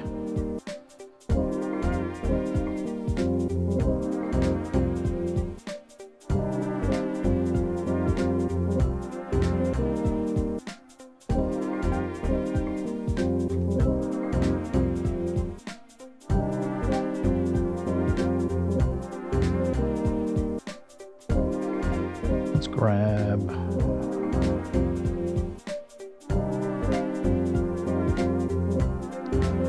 ping pong delay, might be fun. See what other settings we get in here though. Never stop sounds like a terrible idea. The feedback is just, let's go to like 72. Some spring reverb.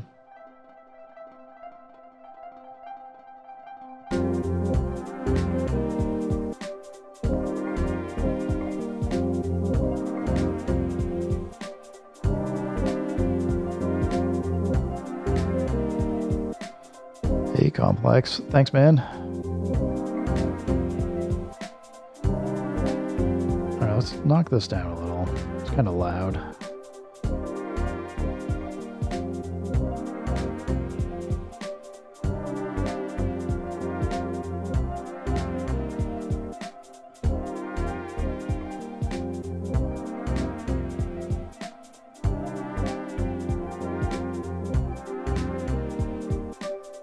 I don't know, do we have enough drums? Do we need a little more?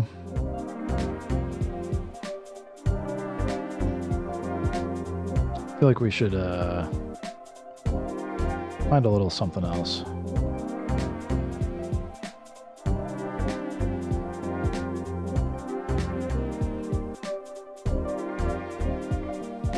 I forget which one of these has like just straight drum kits.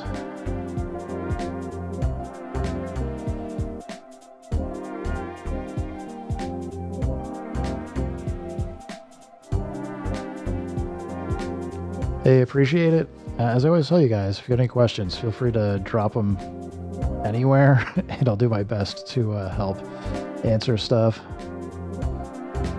Artistically out of tune. Nice.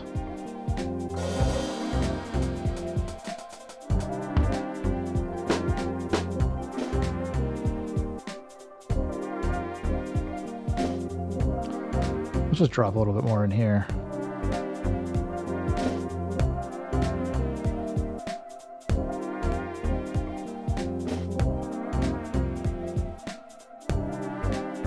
Kind of like the more nudged there.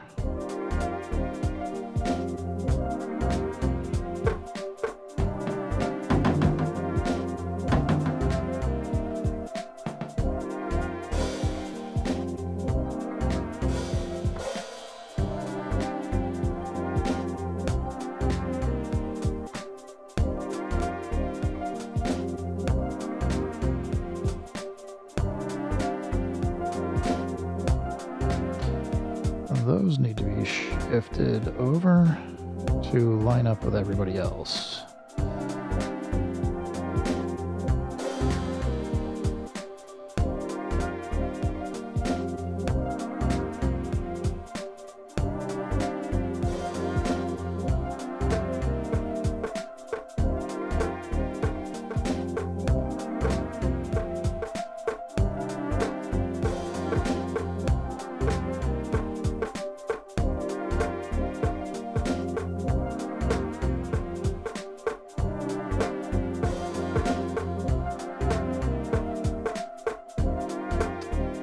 quite like where that landed, but I think we're living with it.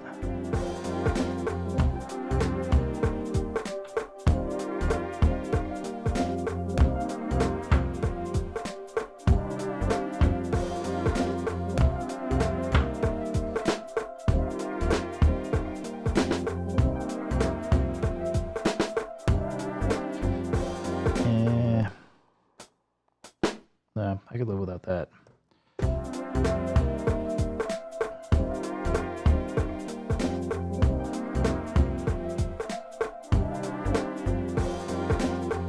All right, another one to explode. No, not copy. Wrong one. Explode track. Yes, go ahead and stop everything. The nice little delay fade out. It saved us. We can start soon. Again, come on. There we go.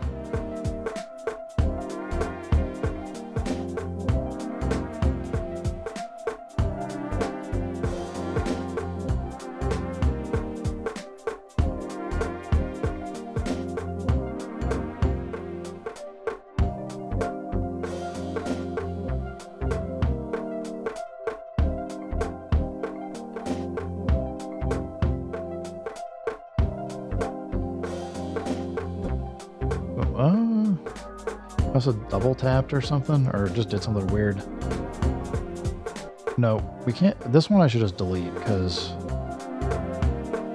it's got the pads going. Delete track. And then what's the other one that's up here that's got everything that we just exploded from? Cozy kit. Yeah. Delete track.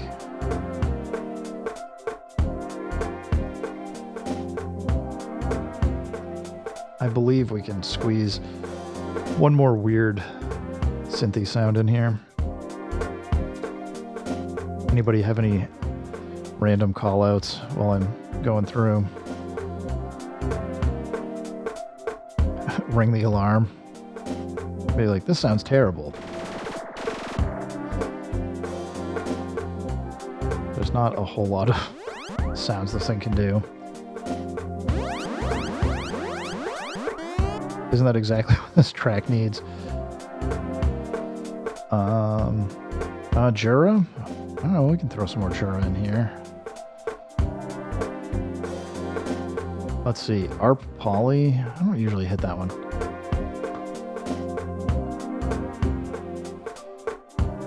Let's solo it for a second.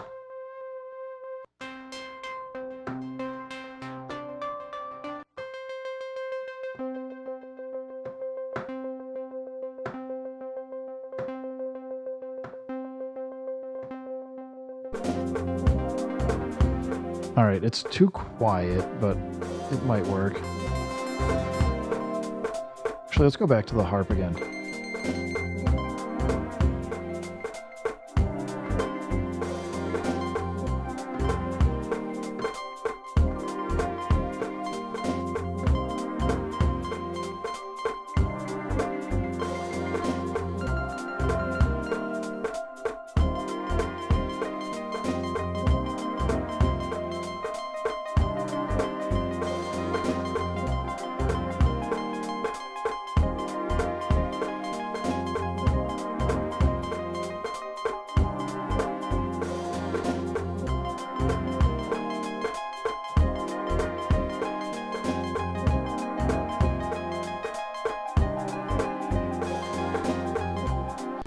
Can almost do that, maybe.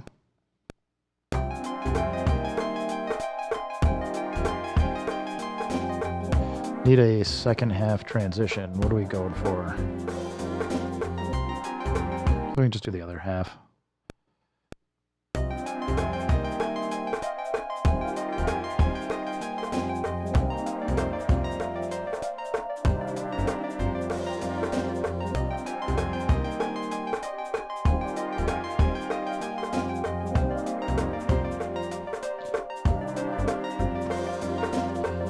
I want to switch out two of the notes on the tail end. Let's see. Let's go. Let's shorten. Oh, come on. This is where I get frustrated with a touch screen. Come on. I'm gonna go edit the end. Let's cut these down. We'll add in...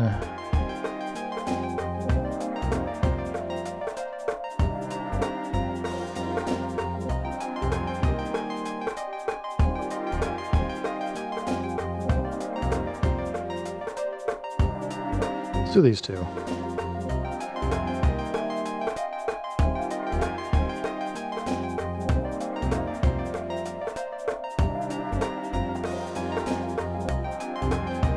Let it kind of lag on 2 notes.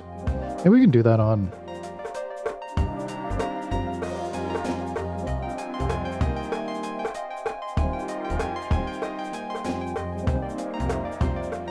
I have not played Streets of Rage in forever. Maybe I should load it up. I did just get the, I guess it's not new anymore, but the Teenage Mutant Ninja Turtles, the side-scroller beat-em-up that just came out, like this year, or was it late last year? I was having fun with that. It's pretty fun.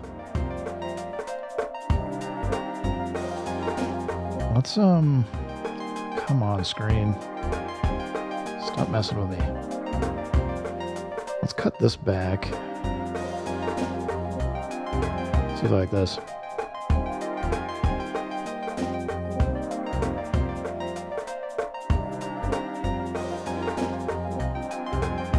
I think we need a note or two to be... Let's take this, get the automation. Let's drop the volume down on this note. So I kind of like how it sounds over here, real low.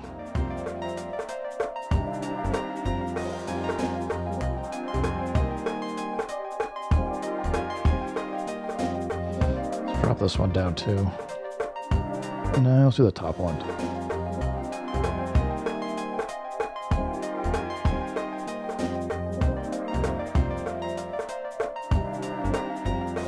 And the ARC, get the new one? That's awesome. I've just been slowly getting my Steam Deck loaded up with stuff.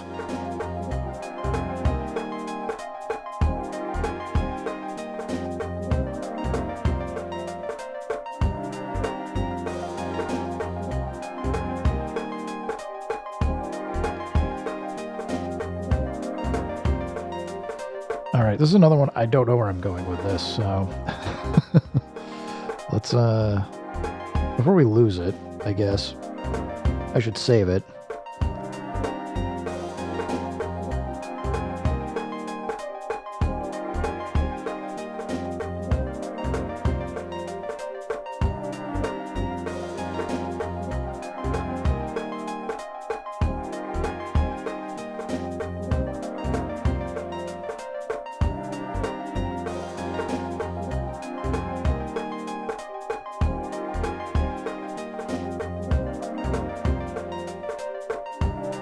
I did get Ableton running on the Steam Deck a while ago. The screen's just a little too small. I know you can expand the, or increase the ratio for the display, but it gets a little crazy. And it looks like my stream is dropping out terribly. I'm losing packets like crazy. It must be that time of day. I don't see Spectrum outside working on the line, though.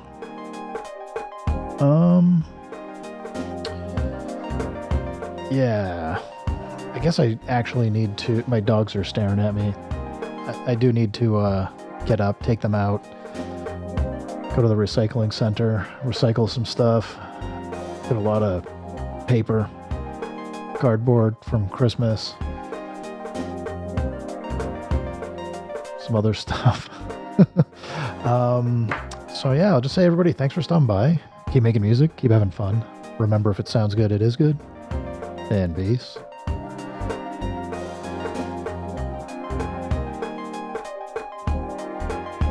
And maybe catch you on the flip side. Maybe I'll get a little bit more time this afternoon. But take it easy.